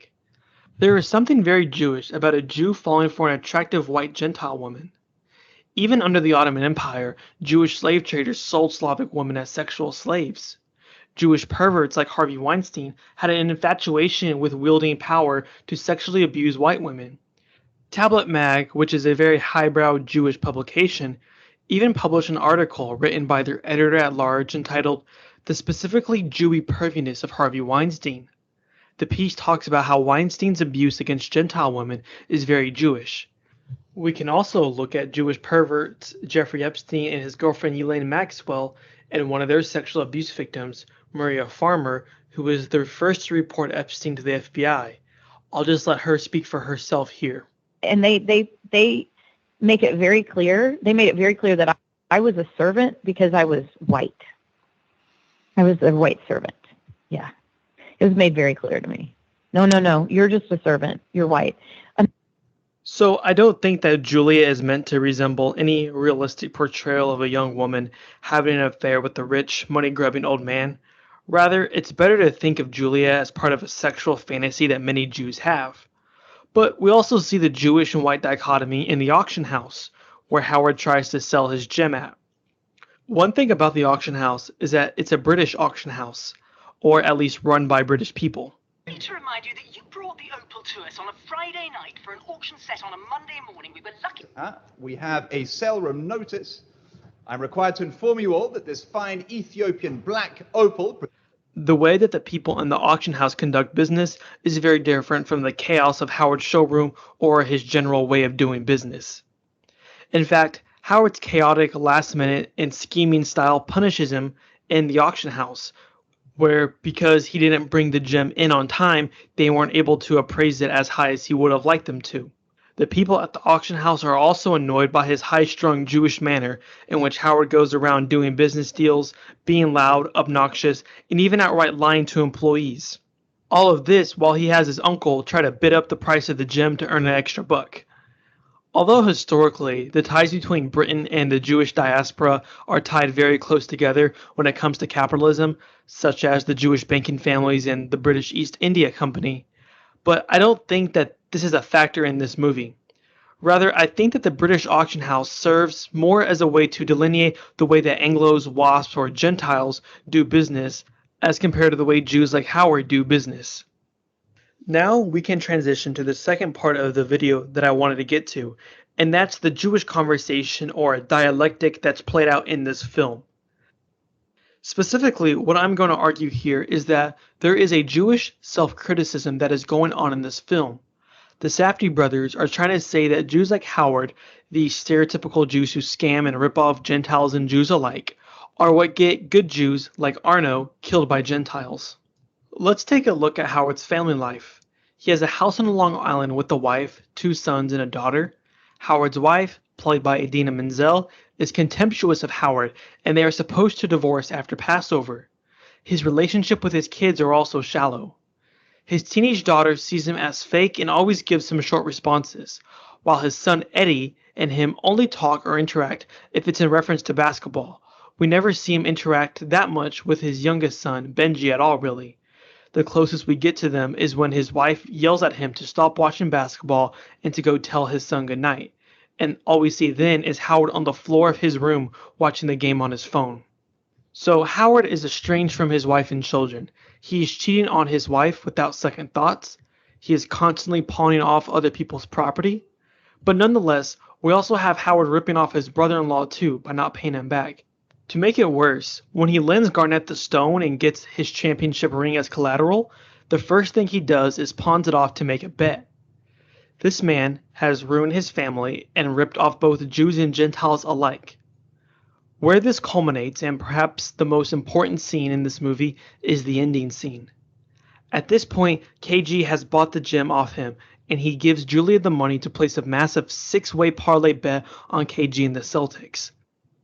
So while Julia is placing the bet, Howard has managed to trap Arno and his goons, Phil and Nico, in his man trap, where he makes them watch the game with him as his bet unfolds. The most revealing part of this scene is the way Phil and Nico react versus the way Arno reacts when they realize that Howard is winning his bet. Phil and Nico are unamused at Howard's scheme, whereas Arno, in a sense, respects what Howard is doing. While Arno is annoyed at first, this changes though once he realizes that Howard's bet is going to go through. Once he realizes that Howard has won, he even starts to smile and congratulate him. But as soon as he opens the man trap, Phil shoots him in the head and he starts looting the store. The ending is amazing, but it also came as a shock to me and most viewers on their first viewing. It seems like all loose ends in the story can be tied up. Howard gets his money and can pay off Arno and everyone else he owes money to, but instead he gets a bullet in the head. Before I go on though, I want to again quote Josh Safdie here. What you see in Howard is the long delineation of stereotypes that were forced onto us in the Middle Ages. When the church was created, when Jews were not counted towards population, and their only way of accruing status as an individual, as a person who was considered a human being, was through material consumption. That was the only way in. And I think what's happened over the years is it's kind of morphed and almost turned into kabuki theater. Because as assimilation has occurred, the foundation, the DNA of the strive, has become kind of cartoonized in a weird way. What you're seeing in the film is a parable. What are the ill effects of overcompensation? Why? Why try to assimilate? Why not be an outsider? This quote and this subject is what almost all analysis of this movie have failed to see or talk about. Aside from select works in the Jewish press, most people either didn't see this angle or chose not to speak about it in the more mainstream media. What I see in this quote, and what I think is most obvious, is that you have the Safdie brothers admitting that this movie is a parable for Jews that asks questions about how Jews should behave in Gentile society. Should they assimilate, or should they remain as outsiders? And they explore this through the movie, and specifically through the character of Howard Ratner. I wouldn't say that Howard is an unassimilated Jew in the traditional sense. He doesn't speak Hebrew. He is not particularly religious outside of a nominal surface level. Howard is more racially Jewish than he is religiously Jewish. He speaks fluent English and is very American in terms of his crass materialism. I mean, he even wears his designer shirt with the tag on and wears gaudy jewelry. So he is not the stereotype of the Hasidic Jewish immigrant who wears his traditional garb and speaks in accented English. But he's unassimilated in terms of being very obviously Jewish, physically speaking, but most importantly, in being a walking stereotype of half the Jewish canards and stereotypes that exist. And from the director's own mouth, this is not an accident. But where does this lead him? Where does Howard end up? We've already talked about this quite a bit, but he ends up pissing a lot of people off, with the final culmination being the Gentiles, Phil and Nico, eventually killing him because they were so tired of what the movie and the directors are trying to say are Howard's Jewish antics. But where does this lead his fellow Jew Arno, who seems to be a much more assimilated and quiet Jew? It leads him to his death as well by the same people who killed Howard.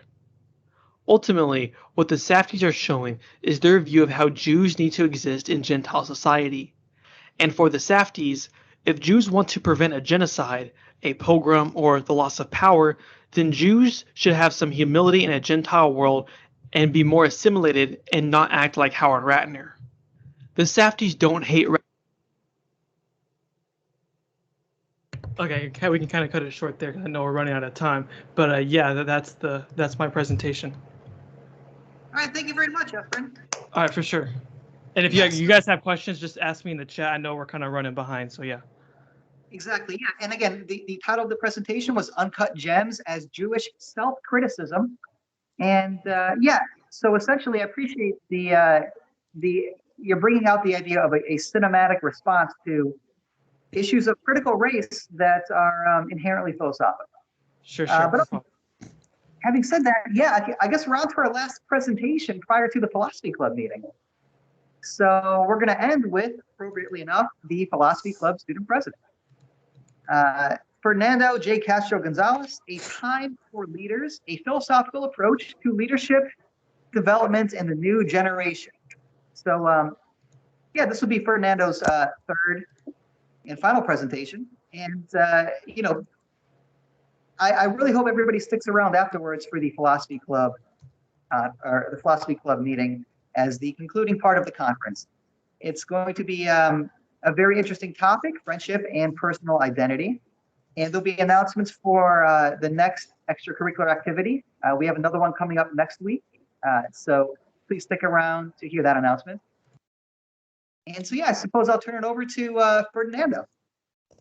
Oh, thank you so much. I see we have like 10 minutes.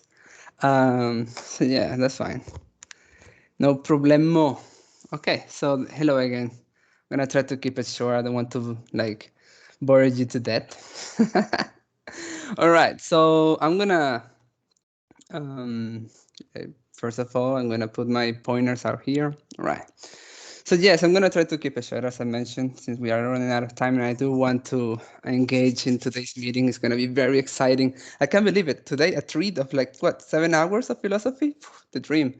And then I have to do assignment philosophy as well. It's gonna be awesome. Okay, but yes, as I was talking, and this is a topic that I believe is very relevant today because of all the influence that we keep seeing in media of what it seems to be the new perception of leadership. And I believe that we need new concept, or at the very least, a different idea of what leadership should look like, even more for us that we're students. Okay, so I will start citing Confucius, who wrote that that those who say that they can and those who say that they cannot are usually both correct. And as we move forward in a semester never seen before, it is normal to worry about our future. But fear and limitations usually are just illusions that we create ourselves. As the next generation of professionals who will oversee working for a better future, their circumstances are just another opportunity to grow as leaders. This year's uniqueness comes with chances for innovations where we can ensure a better place to live for those who come after us. So I will encourage you to please do not be afraid of taking the initiatives and decisions, and be bold and embrace the changes, because it is a challenging days, those who move you to your very core, that will create a new version of yourself. And it will depend on you whether on this new individual you create will be someone you're proud to be or not. Also, keep in mind that staying positive is not about being happy all the time, but knowing that where you are right now is not where you're going to be later. So you are capable of greatness. We do not have to look too extensively to find magnificent examples of what people can achieve during convoluted times, just by daring to do something different. And I will start by talking about Tunde Wei, who is a Nigerian-born chef, as an example. He came to America at age 16, trying to become a doctor who eventually discovered that he could restore more our communities through food. As a man of color, he's not a stranger of the effect racism has in our lives. He decided to wanted to do something about it and created a social experiment. He studied the median income disparity among African American and white households in New Orleans. African American average at 2015 $806 compared to the $64,377 for white households. And then he proceeded to create a menu and charge per meal $12. However, this price was subject to change for white people. They had to decide whether to pay the $12 or the $30 for the same meal. The difference in the price is a reflection of the financial disparity and the profit that was distributed, and the profit was supposed to be distributed for people of color in the establishment. During the social experiment, he created a dynamic where people were encouraged to debate about different social issues in our communities to raise awareness of how minorities are being affected. As part of his findings, he noticed that social pressure can play a huge role with social change. More than 80% of white customers decide to pay $30 as a method to be seen less antagonist in that environment. To not pay the $30 for them was engaged in antisocial behavior. He has continued using his food to challenge his ideas about race in our communities and having a lasting impact by unconventional thinking. But he's not alone. We have other people, such as Greg Thunberg, which is an example that one can exercise leadership and is not dependent on age, but on a clear vision and a strong desire to create something better for those around us. Thunberg had no such audience as right now. She was a lone figure sitting outside the Swedish parliamentarian in Stockholm, carrying a sign that said the school strike for climate. She was there for a reason that felt primal and personal. While Thunberg was studying climate change in school at the age of 11, she reacted in a surprisingly intense way. She was suffering an episode of severe depression. And rather than suffering just through the pain, she opted to channeling her sadness into action. On his own words, she promised herself she was going to do everything she could to make a difference. Inspired by the survivors of the February 2018 school shooting in Parkland, she began a weekly schoolwork strike every Friday, turning to social media to implore politicians to support and take steps towards halting carbon emissions. Since her presentation during the UN Climate Change Conference, Thunberg's Twitter following has grown by nearly 4,000% to reach over 600,000 people. Many have also followed her lead offline, striking to demand change. And before I'm going to send you a video, share a video. I will finish this part of the presentation through the words of Socrates. The secret of change is to focus all of your energy not on fighting the old, but on building the new. All right, so if I can,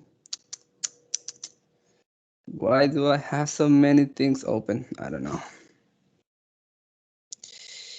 Let me see which one I'm supposed to open again. Okay, not this one. I was about to share a different one. Oh, there you go. Ooh, are you looking at my email right now? So wrong one. Yep, this is my email. I knew it. Give me a second. I can see your email. Ooh, I can see all your email. Yeah, this is a mistake. You're gonna steal my stuff. Jesus.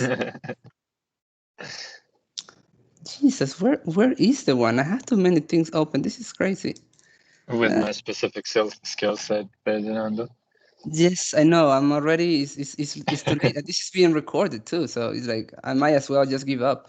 I think this is one. There you go. So are you seeing a YouTube channel? Cool. Yes. All right. Yes. Good stuff. All right. So, of course. Guess what? I didn't share the audio. Oh my God! Bear with me. Student spotlight. Student spotlight. Yay. Okay. Better. That was faster. Right. Hopefully you can hear this. So how do we do that? What is the way out? For this one, I think we need to travel back in time. Actually, almost 1900 years to Rome, to a person called Marcus Aurelius. Now, some of you might know Marcus Aurelius. Marcus Aurelius is one of the predominant figures of the Stoic school of philosophy. The Stoics, like the Zen of the West, almost. But Marcus Aurelius is interesting for leadership because he was running a little, little side business also on the side. He had a little side job in moonlighting. He was, and that's why on the statue, he's also, you see him there on a horse as well. He was at the time as well, on top of being a philosopher, he had the side job of being the emperor of Rome at the time. And the historian William Irvine calls him actually the true beacon of enlightened leadership. He was supposed to be one of the last of the 5 good kings of Rome. Now, Marcus Aurelius, what we know of him, said things like this: the happiness of your life depends on the quality of your thoughts. He said, so act virtuous, use your time well, and be cheerful. Then when you drop from life's tree, you will drop like ripe fruit. Now, can you imagine these words being uttered by some of the leaders like Trump and so on today? Most likely not really. What did he do? And we know a couple of things that were transmitted from this one. I think that is a sign for utopia leadership that we can dive into. He was focusing a lot of his time on a field which I would call self-leadership. Leading oneself first before going out and leading others. And I think that, in my leadership challenges, helped me enormously to actually face some of the challenges of the leadership formula that I've shared with you. The founder of Visa, D. Hawk, once said, if you want to lead, invest at least 40% of your time in leading yourself first before you go out to others. Now, how do you do that? And what I want to share with you. Okay. I'm actually going to stop like that because I actually like that question. How do we do that? That is something that I wanted to do as a Q&A, even though we only have 1 minute. But I do believe it is very important for us to start understanding that all change that we can create is need to start from us, so then we can start like doing that to the others. But yeah, this is already 30 minutes, so I don't know if we have something for Q&A. But hey, I stood my presentation on time. Woohoo! Even though I rushed it a little bit. I feel like you're weaseling your way out of a question. No, I'm more than willing to talk. It's just that I want to be mindful of the time. I'm here for Q&A. I'm not whistling anything at all. I have nothing to be afraid of. So yeah. Well, I mean, I'll ask one question because I like this particular proposal. I want to get some traction on it. So let me ask you this. I mean, especially in light of all the presentations we've seen so far, with everything from defending, animal rights to defending ecosystem rights to defending corporations' personal rights, it seems like a very new kind of environment. It's a new climate as you develop into sort of your leadership competency and your leadership goals. And so I wonder, what do you think are the most innovative challenges right now? I mean, especially when you consider the fact that innovations seem to be popping up constantly, such that it seems like adaptation might be the most, not just marketable, but genuinely valuable skill as you kind of come of age intellectually, leadership-wise, in the new world. Yeah, I do believe that adaptation is something that it becomes increasingly important nowadays since our society is changing so fast. But when it comes to like what you believe or what you were asking, if I'm not mistaken, if not, you can correct me. And it's one of the most challenges aspect of today's, at least society, is that most people are used to a certain type of action. They're used to like being engaged, like actually physically. So now to be subjected to staying home, it kind of makes them feel like you can have less impact that you would actually have. And that mentality actually stops you to explore different venues of how you can actually exercise leadership by just being at home. And that's why I was focusing so much, for example, on Tune the Way, because if somebody tells you like someone is able to start acting effectively on changing communities by being a chef and how he presents his food, like most people say like, but you as a chef, you can only cook, like how can you really do?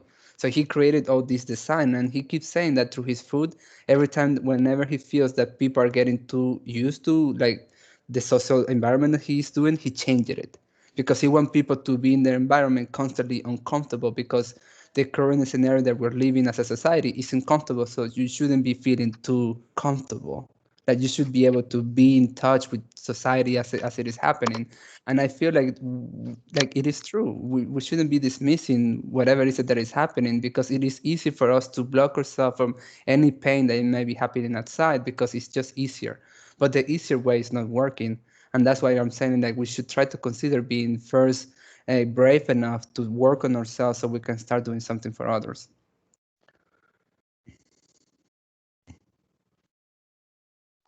Yeah. Thank you for that response. I like what you had to say, because again, it seems like leading, because look, Fernando, you're a very active student on campus. Obviously, that's an understatement.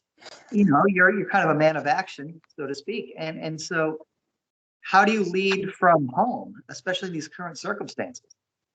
And yeah, I think I appreciate your response. It's a matter of adaptation. It's a matter of figuring out how to lead from a position of, I suppose, comfort, which may itself be very uncomfortable.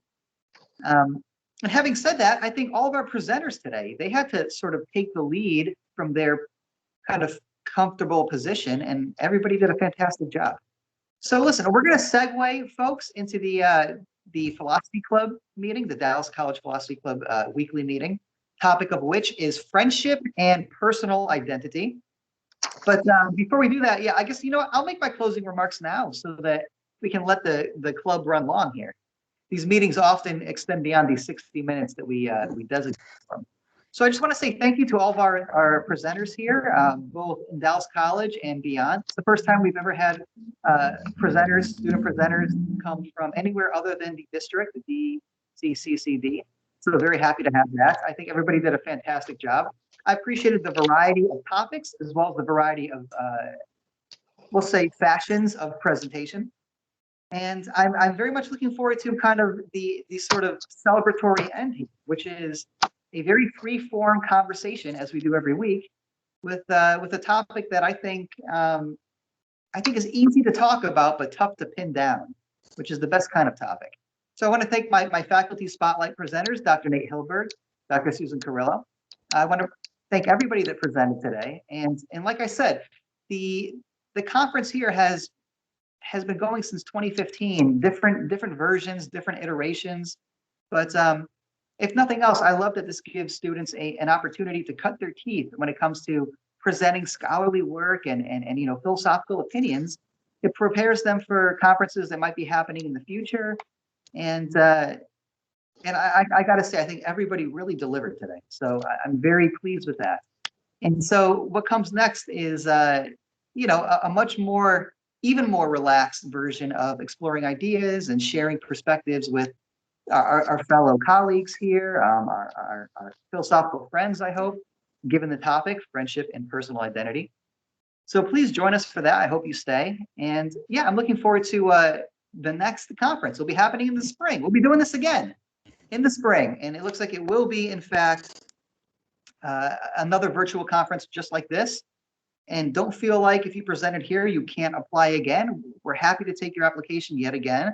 And our goal here is to accept, as many as we can so that everybody gets a chance at experiencing something like this. That's really the goal. And so I hope everybody appreciated it. And for all the attendees, I appreciated your questions to the presenters. I appreciated your feedback. And yeah, I hope you continue to correspond with the presenters whose presentations really spoke to you, really kind of inspired you. Please keep the conversations going well beyond today's conference. So yeah, and then one last announcement before we segue. The Dallas College Philosophy Club will be holding one more extracurricular event. It'll be happening 1 week from tomorrow. So we do a philosophy and film series. We did one in October, we did one in November. We have one more coming up December 2nd, I believe. So the last December film series segment, it wasn't a full-length feature film. We looked at 4 short films for the first time. And I thought that was really good. So what we're doing this time around in December, it looks like we're going to be looking at a film called The Science of Love. So it's on Canopy. Of course, it's free, which means we can use it. It's only 55 minutes, but it explores sort of a neurological, psychological approach to love. It's like, can you investigate love scientifically? And that's what this film seeks to do. So I hope you join us for that. Again, it's going to be at the same time as the previous 2 film series. So we'll open up the room at 4 o'clock, this very room. We'll begin the screening at 4:30, and it'll end around 5:30, and then we'll have a conversation. I hope you can join us for that. It should be a good one. If you've ever had any thoughts about love, especially why it seems so difficult, this will be a good film to watch. So it's called, again, The Science of Love. I believe the subtitle is Pleasures and Pains. Again, it has to do with how your brain reacts to certain pleasures and pains. And of course, you're welcome to critique it. You don't have to simply adopt the thesis. We hope that we can challenge it. All right, so having said that, I was looking at the commentary here in the chat. Do we have to change rooms? What's happening? We don't? Okay. No, we do not have to. I'm just going to stop recording whenever you end the closing remarks. And then I start recording so we can have the separate recordings from the meeting and the conference. That's pretty much it. Yeah, also one thing Professor Menzi forgot to mention is that this film is different because instead of an F, it's a PH because it's